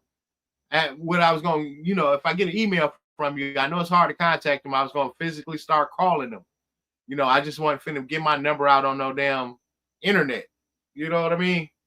I don't know who watching or who feds watching. Now that Marcus got it all hot. Sheesh. The feds is definitely watching. But yeah, we had made that initial contact. And then he come back the next day talking about, I tried to call you. Like, how you try and call me? I told you to go on my email. And you own this post. You at my site. You own my actual page, my physical page. Talking is nonsense. I overly did this and it was on Feisty account. And I was like, I shook my head. And then Feisty came down 3 comments later and said, that's not me, that's Tragedy that made that last comment. And I'm like, I told him to email me. Email me, bro. And he still didn't email me. So that's where I'm at. So, you know, Tragedy ain't trying to work. The bro ain't trying to work. Even though maybe you had to physically get him to the job site and start pointing and put something in his hand. He'd be like, oh, okay. And I can get paid. He might have worked then, but he wasn't taking the necessary. All it took was a step. Once he was one step away, if he was really wanting to work or make money, one step away, bro. And I'm telling him, I know, you know, it could be kind of, I guess, I don't know. He could have been thinking that maybe I'm a joke or something. But bro, I'm finna literally every day you work for me, I'm giving you $100 bill or cashing app you. You know what I'm saying? $100 at least. If you overly work, I overly pay. You know what I'm saying? So, oh, and hi rerun and the chat. Joy, nice, and sassy. Welcome to the chat. So that was the interaction. And you know, and I ain't in a hurry to start passing out money that's gonna be, you know, a failed worker. I was thinking like, you get somebody to the job site and they be like I said, so we in the middle of a heat wave here in Atlanta. So you actually got to have some type of endurance to be outside in this stuff and to be back and forth and going up and down the basement, around the house, and some work. It's some work, but it ain't nothing that I don't do. It ain't nothing I would ask you to do that I'm not doing.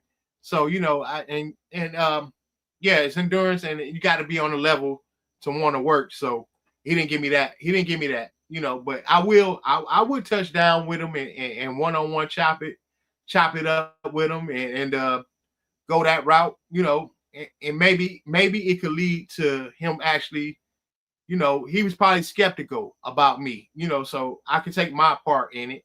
He probably skeptical about like, who is this, and you for real, and you actually gonna do this. Sometimes it can be overbearing on people who don't want to work. I don't know. Sometimes money could be a little overbearing and be like, yeah, right, he's gonna pay me. Yeah, bro, it's gonna pay you. Yeah, yeah, every day too. It was gonna go out my way. I'm giving water and buying drinks and lunches. So, bro, you was finna win. But you know what? I did get a little bit of I did build up a slight resentment. Like, okay, I don't play. I ain't got that much time. Put it like that. I just don't have that much time to get you to figure it out.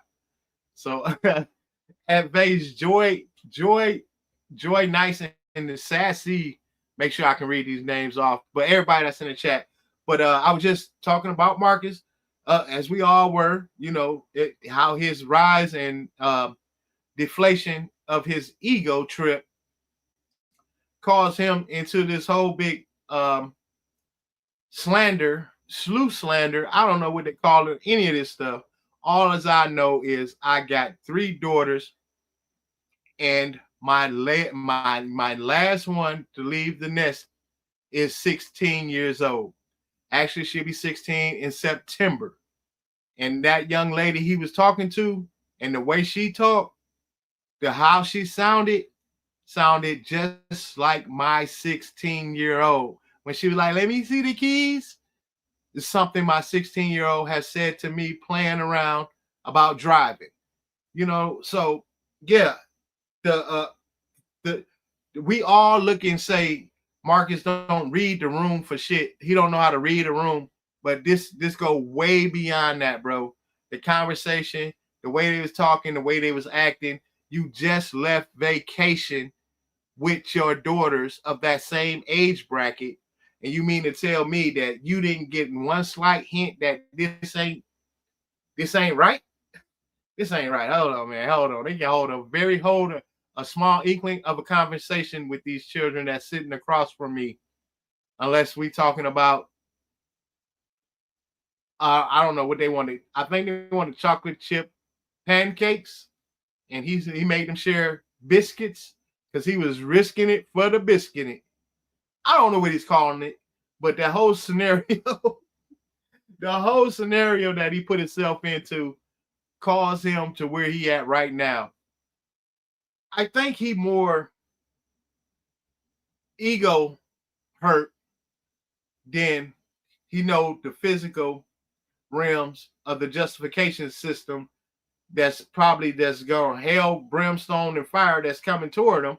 Because when I heard this young lady's mother yesterday on Troy's line, she didn't slight me as the type that drink and drug like this young lady, her daughter, was portraying. Now, quote me if I'm wrong, but I think that she is not gonna let up off the gas on this shit. And I don't curse like that, but it is what it is. You put yourself into a whole slew of shit.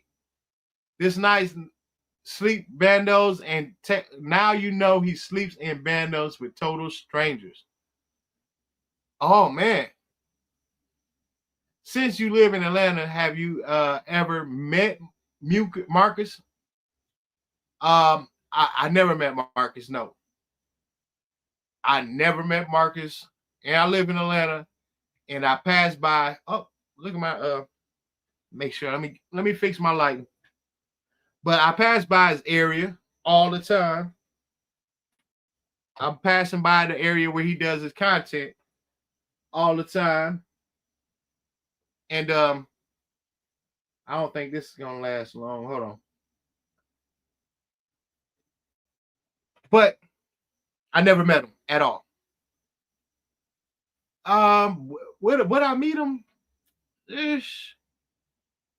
I don't know. That's a hard I mean, he seemed like a likable guy. Let's go there. I don't have nothing personal to say. He seemed like a likable guy. Now, the shit that he got himself into at the moment and in the past or whatever, is I run down. I'm self-employed, but I've been living here for 20 years, and I ran down different streets than he would ever be, and we would never have crossed paths. And 43-year-old man getting a tattoo as of right now. Not to say anything about anybody that's in the age range that's getting. I'm just saying that the way he living his teenage life, or my teenage life, or something. I can't call it, but no, man, I never met the guy. I don't think anybody of a real Atlanta adult caliber, or in sense of the Atlanta street interview caliber, Atlanta streets. No, nobody's met him. His family don't really. I seen him brother or something. He had at one time with Feisty or something, but I don't think nobody messed with him. I'm gonna be honest with you. Adults, maybe that's the problem he's having. Interaction with adult entertainment. No, not entertainment. Adult entertainment, sir, not child entertainment. So allegedly. But anyway, I had to put that out there just in case he ever pop in and listen to any of the last live or this last live. Anybody in there, just I appreciate y'all for tuning in, listening to me run my mouth. But hit the like, hit the subscribe, hit the notification, don't be shy, hit the like. That's free. That'll help boost the algorithm. Maybe somebody will come in here and help out your favorite struggle streamer. I don't know what I'm doing, but I'm having fun doing it. Put it like that. I don't know, and that's one of the things I talk about all the time. I don't know what I'm doing. I've been on here for about 4 weeks, 4 or 5 weeks, maybe 6. Yeah, up in that area, just dropping a little fun content, having a little fun dialogue, just in my observation of the ASI characters, so to speak. Because I just have fun to make content on the characteristics and what I see from my point of view. And I ain't the only one that see it, but I just say something about it. It's funny. It's quite funny. And Marcus being the funniest of them all lately here, I heard there was a point in time where he didn't even really show his face, but he been all in the camera like P. Diddy.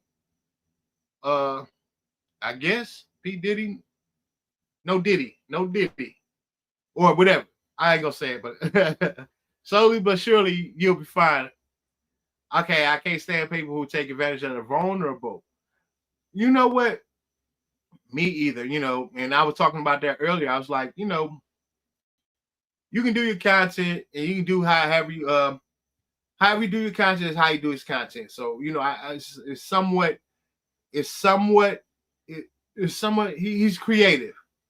And I can't take that away from him. So, I react off his content, but it's creative, and I couldn't do it. I just couldn't do it. I mean, I'm put it like this. I help homeless people all the time. Y'all think I got up here and I offered a job to, the ASI community because I thought maybe it'd be fun to really actually offer them a somewhat of a solution. But I have offered jobs and have hired homeless people, and I got a homeless person that works with me on a regular. Awesome dude. I have housed homeless people and had some encounters with homeless people where I have the whole, not in my house. No, don't get me wrong, not in my house. I have a physical off-site location where I had it was an old house, and I was renting it to store my tools and to store my stuff that I be having. But I offered homeless people their help and their assistance, and they stayed in there. Did me completely wrong. So I ain't gonna go there. They did me completely wrong. Leave stuff, don't abide by the rules. Every time, be like, y'all got you got to go. So they leave a whole mess of slew of stuff behind. I got to clean up. It can be crazy. It can be crazy. So you know what? I'm just saying that him paying and giving them money and making his content off the homeless people. I can't see it being too bad because hey, something's better than nothing sometimes. Now, when it come down to the last content and the Feisty and the Funky Bunch and whoever and all that, the way he started elevating his channel and the elevation of the views and the way, however, I ain't counting nobody pocket. I'm gonna just tell you, I'm a level head person and I'm gonna level it for you. And I'm a businessman and I'm a business content, not business content, but the business prioritized for you from street business to regular business. If you want to elevate and you begin to elevate yourself, you want the people around you to elevate too, sir. You want them to elevate in a way where it don't make you seem all the way up here and they down here. So you get what I'm saying? And when they start feeling as though they all the way down here and you keep going up here, of course, there's going to be some people that's going to notice. And not just, the budget don't allow and this and that. And my best interviews was when I was giving them $10 and they ain't responsible. All of that should have been out the window if your moral compass was working, sir. So, all of that, where it got them into a phase where you put yourself into a jam. Now you finding yourself being bigger than the program where nobody is bigger than the program. And, and you gonna figure that out. And you gonna figure it out. So that's what I was talking about earlier. So I ain't the one to judge nobody, but I'm just saying that I have lived the life experience of acting in the way that you have acted, sir. And it's definitely consequences, and you reap what you sow. Whether that be the easy way or the hard way. I ain't never had no easy way, but I ain't never had no money either. So you gonna reap what you sow, sir. That was my message to Marcus. So the Meek crew, he likes to be around people who have less than him, so he can feel like the big man. And yes, I don't get it. I don't get it. Why put yourself into a position where you gotta have balance in life. Number one, that was always taught that you gotta kind of have balance in life. Checks and balances. You learn that in elementary school when they start teaching you about, in my school at least, you gotta have checks and balances. So when you start surrounding yourself with a group of people that you are irregular around all the time, they're gonna find something to make themselves regular from you, and whether that be taking you all the way out and getting what you have, it's just the world we live in.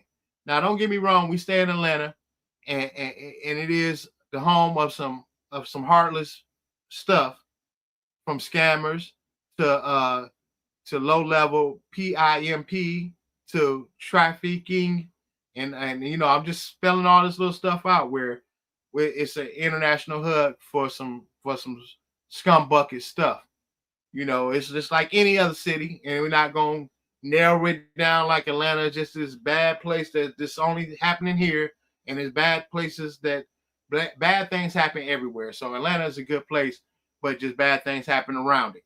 And it's got its bad negative notoriety points. So you being in the middle of elevating, what I've seen and watching the last few months, you being in putting yourself in a place of elevation, and not no one elevating around you when you by all means have the obligation where you can. And you find yourself every time you thinking why they keep snaking me and why they keep snaking me, and you don't realize that you the king snake. You are not wired right. You know what I mean? And all you can do is find a way to be a bigger snake. I don't know.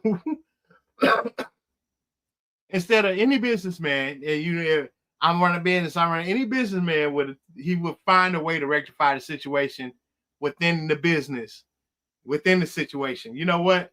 Oh no, rerun. I made some of your chat disappear. How you do that? I don't know. Let's see. I don't know. If you find yourself, it might have been me, but if you find yourself in a position where you feel as though everybody around you is out to get you, maybe somebody around you feel you've been getting them, and that's what I've seen. And I would watch it from just like everybody else watched it. Oh, the budget don't allow this, and the budget don't count my pocket. And if you feel as though they should get paid more, do more for them, this and that. It's not about that. It was never about that. It's about your ego. It's about what you're doing. It's about you. When I take accountability for me, I take accountability for me, whether I'm in business or whether it's personal or whether I feel as though I'm coming up and my family not reaping and the benefits. I gotta feel some type of way to make it grow, and I gotta have it all to myself so I can make it. Your mentality and your thought processing gets jammed and jumbled up with your ego, and boom, now you start making decisions that you definitely will regret. I don't know. Allegedly, that's just me. That's just me. I have had experience in this because I was speaking on it earlier. My experiences with this because I have thought that way too. I have thought that way. I acted that way. I've been that way. I have everything, all the ways, and I have reaped the rewards, and I have actually paid the penalties for thinking that way. So it is what it is. We all do. So I'm not here to judge. I never been here to judge. I like I said, I never met the guy like the guy. Kind of find it quite creative, quite funny too. But hey. And the reason being said, Ola or Ogre been on this whole big press run. Ogre the Destroyer is what I call him. I got to finish vacuuming, so I catch you in the next time. Appreciate you, Joy. Nice and sassy. Sometimes I talk too much. No, you don't talk too much. Oh no, rerun. I made some of your chat disappear. Ah, man, I don't feel like that. My chat always disappear. I'm the struggle streamer. I don't even have a chat yet. So I'm building. You know what? So I appreciate you being here. And that made the chat become a chat by you being here. So I definitely appreciate that. Joy, nice and sassy. So yeah, like I said, I reaped the benefit, and I've actually paid the penalty for the way you think it, sir. And you too will pay the penalty for the way you were thinking, and you will no longer reap the benefits, but actually, I from what I heard from the young lady mother's mouth yesterday, I think she all gas pedal, no brakes, and you will see. And unfortunately, it's a lot of people saying that you've been on this I guess teeter-totter in the fence on this legal line of legalities for a minute. So that's crazy, sir.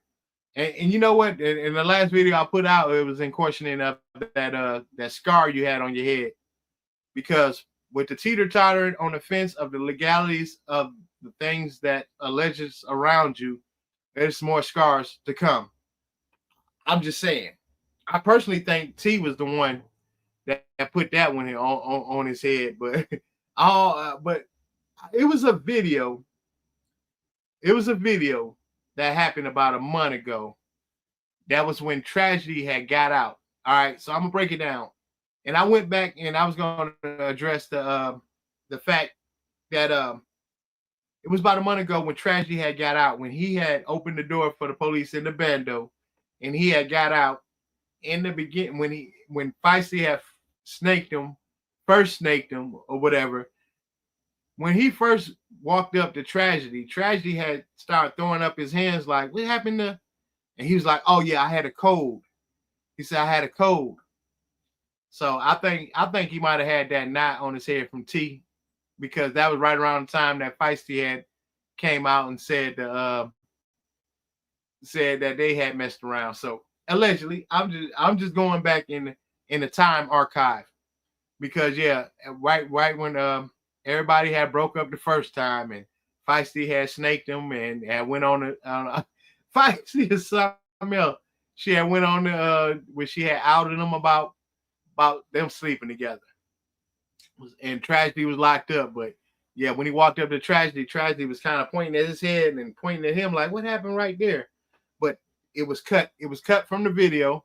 Yes, it was cut from the video. He didn't get the sentence out, and then he went to coughing and talking about he got a cold and he ain't been putting no content together. Cut him smooth off. And I went back and I had peeped it out then, and I went back and tried to find it because it was one of them premieres. He edited it out. I couldn't even find that little part where Tragedy was walking up before the conversation had started. He was pointing at his head, but he was holding his. So yeah, I think T put it on him. So yeah, usually when you're doing things of this nature and you acting like it's all good at home, sometimes them bottles get to flying, and just so happened to bing bing. I think he might have got Mario coined then. The Mario coins out of him then. I'm just saying allegedly. So the scabbing is just not happening. I don't know. I think they would have been said something then, but I don't know. But sir, yeah. With them allegations you got going on right now, yeah, you definitely might get Mario coined if you I don't know. If you walk the streets of Atlanta, in Atlanta, around Atlanta, I don't know, man. It ain't looking good. I'm just saying that the young lady mama was on Troy's Live. Let's start there. The young lady mama was on Troy's Live, and she didn't seem like the caliber of drinking and drugging like the young lady was describing her, where you thought it was all good, where you went in for your predatory instinct. I don't know. I don't know if that's predatory instinct or justification. I don't know. But allegedly. But yeah, it's crazy, but she didn't strike me as the caliber of drinking and drugging. She didn't strike me as a caliber of not she didn't have no brakes. I don't think she got any brakes in the car that she's about putting the gas on towards your ass. So you better watch out. That retainer, yeah.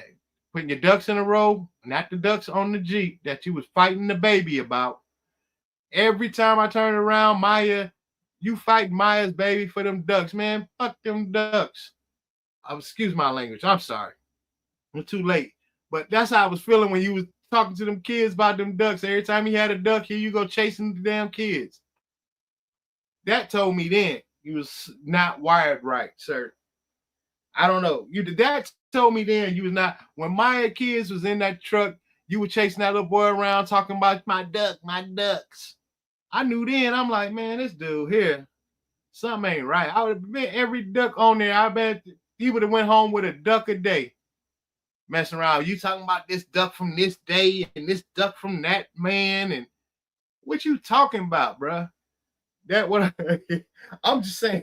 That was right there. That was telling me right there. When anytime you chasing the baby around and he can't have the duck because you want the duck to be in the truck, and well, you better put them ducks in a row because you got a lot more ducks that you need to line up because you done lined yourself. How you line yourself up? My boy, you done lined yourself up. Ogre going around here lining you up too. Boy, so you got a fade. That you got two lineups equal a fade. I don't know what they calling it. I'm just saying. I've been hearing Ogre on the press run. Y'all, anybody else been hearing Ogre on Ola or Oga? I don't know the dude name, but this dude been on the press run talking about he ain't know nothing about nothing, and he's 30 years old. Make that make sense. Is it just me? That man been on Yardville. He been on Troy's World. I think he was on I don't know. Don't give me the name and names that I just been watching their pods and watching their content, but the man been crazy with it. He been crazy. I've been laughing the whole time because he about said everything but his real age. Dude don't even look 29. I mean, it could be. It could be. Nah, it's just me. I'm just looking at him like, man, I give him 23 at the most. I would give him 23. That's pushing it, you know. So yeah, I'm giving him 23 though. 23. Yeah, yeah. And he's swearing by, and the only reason he's saying it is like, yeah, I said it on my interview. I'm 29. So what? You said a lot of things on your interview that you're recanting. You can't recant if that's your real age or not. I'm just saying. Ogre is setting you up. Well, I don't know. He about the silliest 29-year-old though, because he's saying everything but the right thing, and the right thing is to say nothing. The man been saying everything. Okay. This alleged. This is all alleged. But I've been having fun, man. All you had to do was ask for IDs. Oh, you did ask for IDs.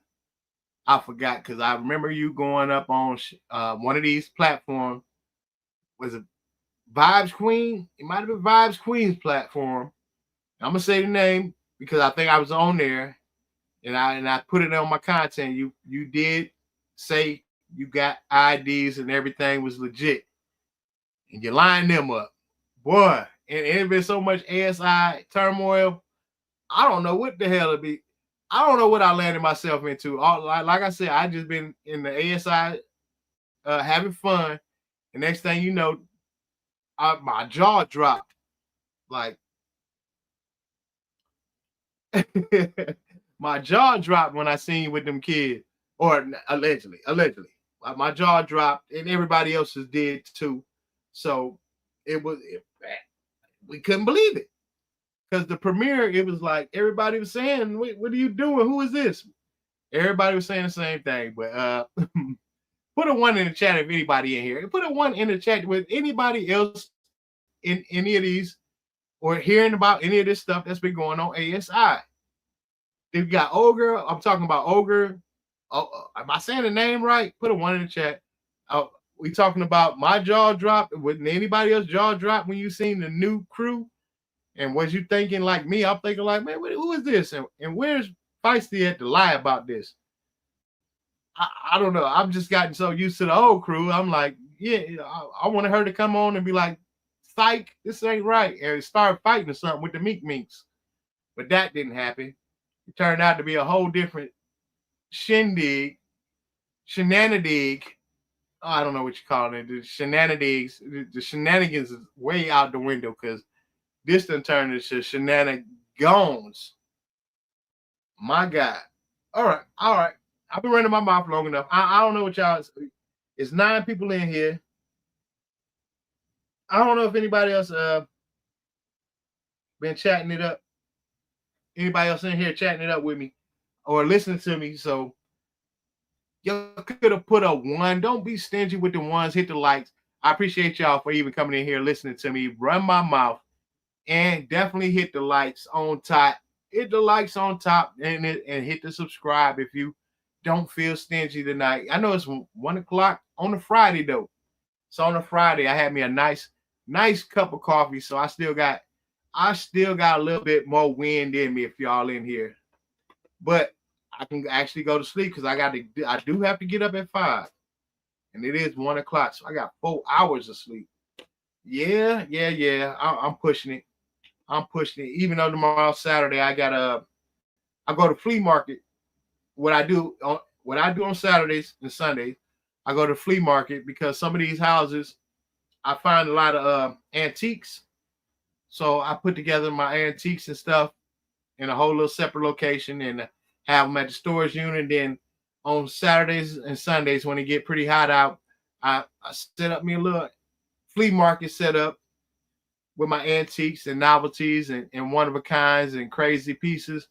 And I do a little business like that. So one of the little side hustles I actually put together just to do make extra income. You know, we in Atlanta, so we always got to make extra income. You know, that's one thing. The cost of living is it's high to us, but in other places like Los Angeles and New York, they say it's pretty moderate. It's pretty even. It's pretty good. You know, so it's high here because we used to be pretty real good.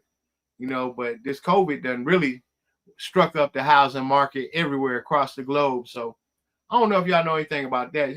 These type of conversations we couldn't have with Marcus. Marcus is like, oh, no, I've been in my apartment for 30 years. Apartment? No.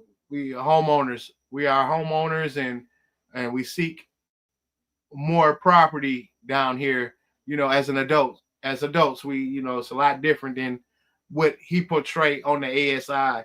You know, that was one of the things why I didn't watch Atlanta Street Interviews, because he really never showed any positive motion. You know, it was all either homeless or mentally ill or drugged out. It was always something different, you know, when I watched it. So I never really got into the Atlanta Street Interviews in the past. I have watched it. I have watched the episodes where it was a lot of turmoil and a lot of trickery, or a lot of let's say Tone, Ileana, Josiah's. I have seen and watched that. So it was like tune in, tune out type of deal.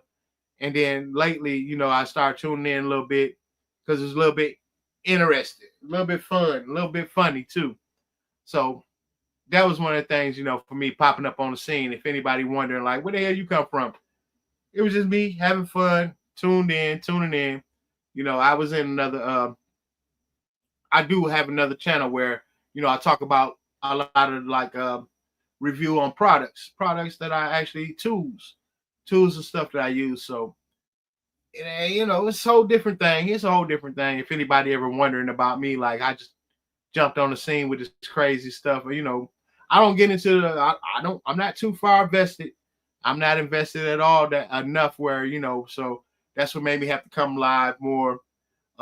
If y'all really want to know, I have scheduled. I was live probably about 3 weeks ago. So the back end story of that is about 3 weeks ago on my last live, I was like, I'm gonna start going live on a little bit more of a regular. So, you know, I get more familiar with going live and I can try and help build a little community of people with me that, you know, want to have fun and, you know, see what's going on with me and the real life interaction, reactions, or whatever. But and build on that. Just so happened a day after when I offered the job out to Tragedy, or it was a job to the ASI crew, something big went on in my own family. You know, my own family is struggling with not my personal immediate, but my sister's side. On my personal sister, she struggled with addictions and stuff like that, where they had to make a real quick move, a slight move, and I've inherited my nephew for his last year in high school. Not inherited, not I guess I put the wrong terminology, but I damn sure I adopted my nephew for his last year in high school because there was dysfunctional and the housing and dysfunction, and he about to start school. And last couple of weeks I've had him, and I actually premiered him on one of my videos after I put the ASI help wanted. A couple of days after that, my sister and them was so disshuffled. The eviction came. They had to move all the way back up to our hometown, and it caused me to get my nephew, who's 17, and he got 1 year left in high school. So, Vegas, you're literally everywhere. Go to bed. You're right, but I was closing out with that. You know, where things had just gotten things had gotten. Oh, who is this? At Vegas. Okay. You're literally everywhere. Go to bed. Oh, okay. I thought you were talking to me. I'm everywhere. Go to bed. But yeah, I had so I really just pretty much adopted my nephew because he was disshuffled. My sister and her addictions had gotten her into a place where the house had gotten foreclosed on, not foreclosed on, but had gotten they're getting evicted. So out of their apartment and had to move all the way. I'm from our hometown to be with other family members because I couldn't take everybody, but she put herself in a rumble, and my nephew, I couldn't see him going up there into the slums of where I've grown up at, and him being in his last year in high school here in Georgia, don't know nothing about up north there. And I kind of incorporated myself and said, look, you can live here, and we'll get you through that high school. And yeah, so my content room hasn't been my content room. It's been, hold on, let me see. If I'm looking around, I'm gonna try and get it to spin around a little bit. I had kind of had to, I had to give him a little bedroom, so I'm gonna put that back. So last time, now I'm just saying that to say that last time, last time we had talked and I was on live, I had I was telling everybody how I just built out and painted up the little content room to sit down and have a place to go live and be more comfortable to do more live. So I haven't been able to go live because I turned my content room and let him get it as far as his bedroom for right now, because I do got another room that's up here. We're in the upper level of my house, so I got another room that's up here in my upper level of the home where I just finished painting. Gonna get some because my kids moved out and it's been 3 to 4 years, and I just never did nothing with the upper area of our house. So I've been just a little bit at a time, but this moved it a little bit faster. So we got his room, his physical room, because this is still my content area room. So that's why I haven't been able to go live. I was just going there to go there. It's 1:14. I do got to get up in about 4 hours, 4.5 max now for me. Maybe can sleep in a little bit because but yeah, I got a flea market tomorrow. So actually, I'm finna close it out, and I appreciate y'all for even being here, listening to me. But like I said, that was one of the reasons when they didn't answer on the ASI help wanted, that a blessing in disguise came because my nephew, he was right there needing some work, and he was right there, came in, jumped right on in and started working and doing the trash out. And I was like, hey, shit, you know what? And at the same time, it's his last year in high school, and I didn't want to see him disheveled going all the way up north, 100, let's say over 500 miles away in a whole nother state where he ain't never been before. He's born there, but when he was raised here, he was born up there, and this is Milwaukee. So if y'all want to look it up, Milwaukee. He was born up there, but raised here in Georgia. Anyway, so yeah, I feel sorry for him. So I had to adopt him down his way and give him an opportunity to not go up there and get into the crams of real depths of hell. Let me explain it. It was just a hard life up there. But anyway, I wanted to give y'all a little bit of update on that, why I didn't go live in the last week. I could have tried and squeeze it in within the last couple of weeks, but I couldn't because my area is his bedroom now. But I've been painting, I've been working, and he's been working. So we got the bedroom almost done by the end of this weekend. So I'm gonna be able to be a little bit more consistent. I'm not promising nothing because I'm not too crazy on the internet, but I'm just trying to do my due diligence, and show my appreciation by, giving a little bit more substance, having fun with y'all, interacting, being a little bit more accountable. Accountable, yeah, accountable. Marcus, here back, about time that you're gonna be accountable. When I heard from that lady on Troy's, the young lady's mom, Kellen's mom on Troy's live, you gonna be held accountable. But that's neither here nor there. I appreciate y'all. I'm going to bed. I got to get up in about 5 hours. I'm going to sleep. Peace.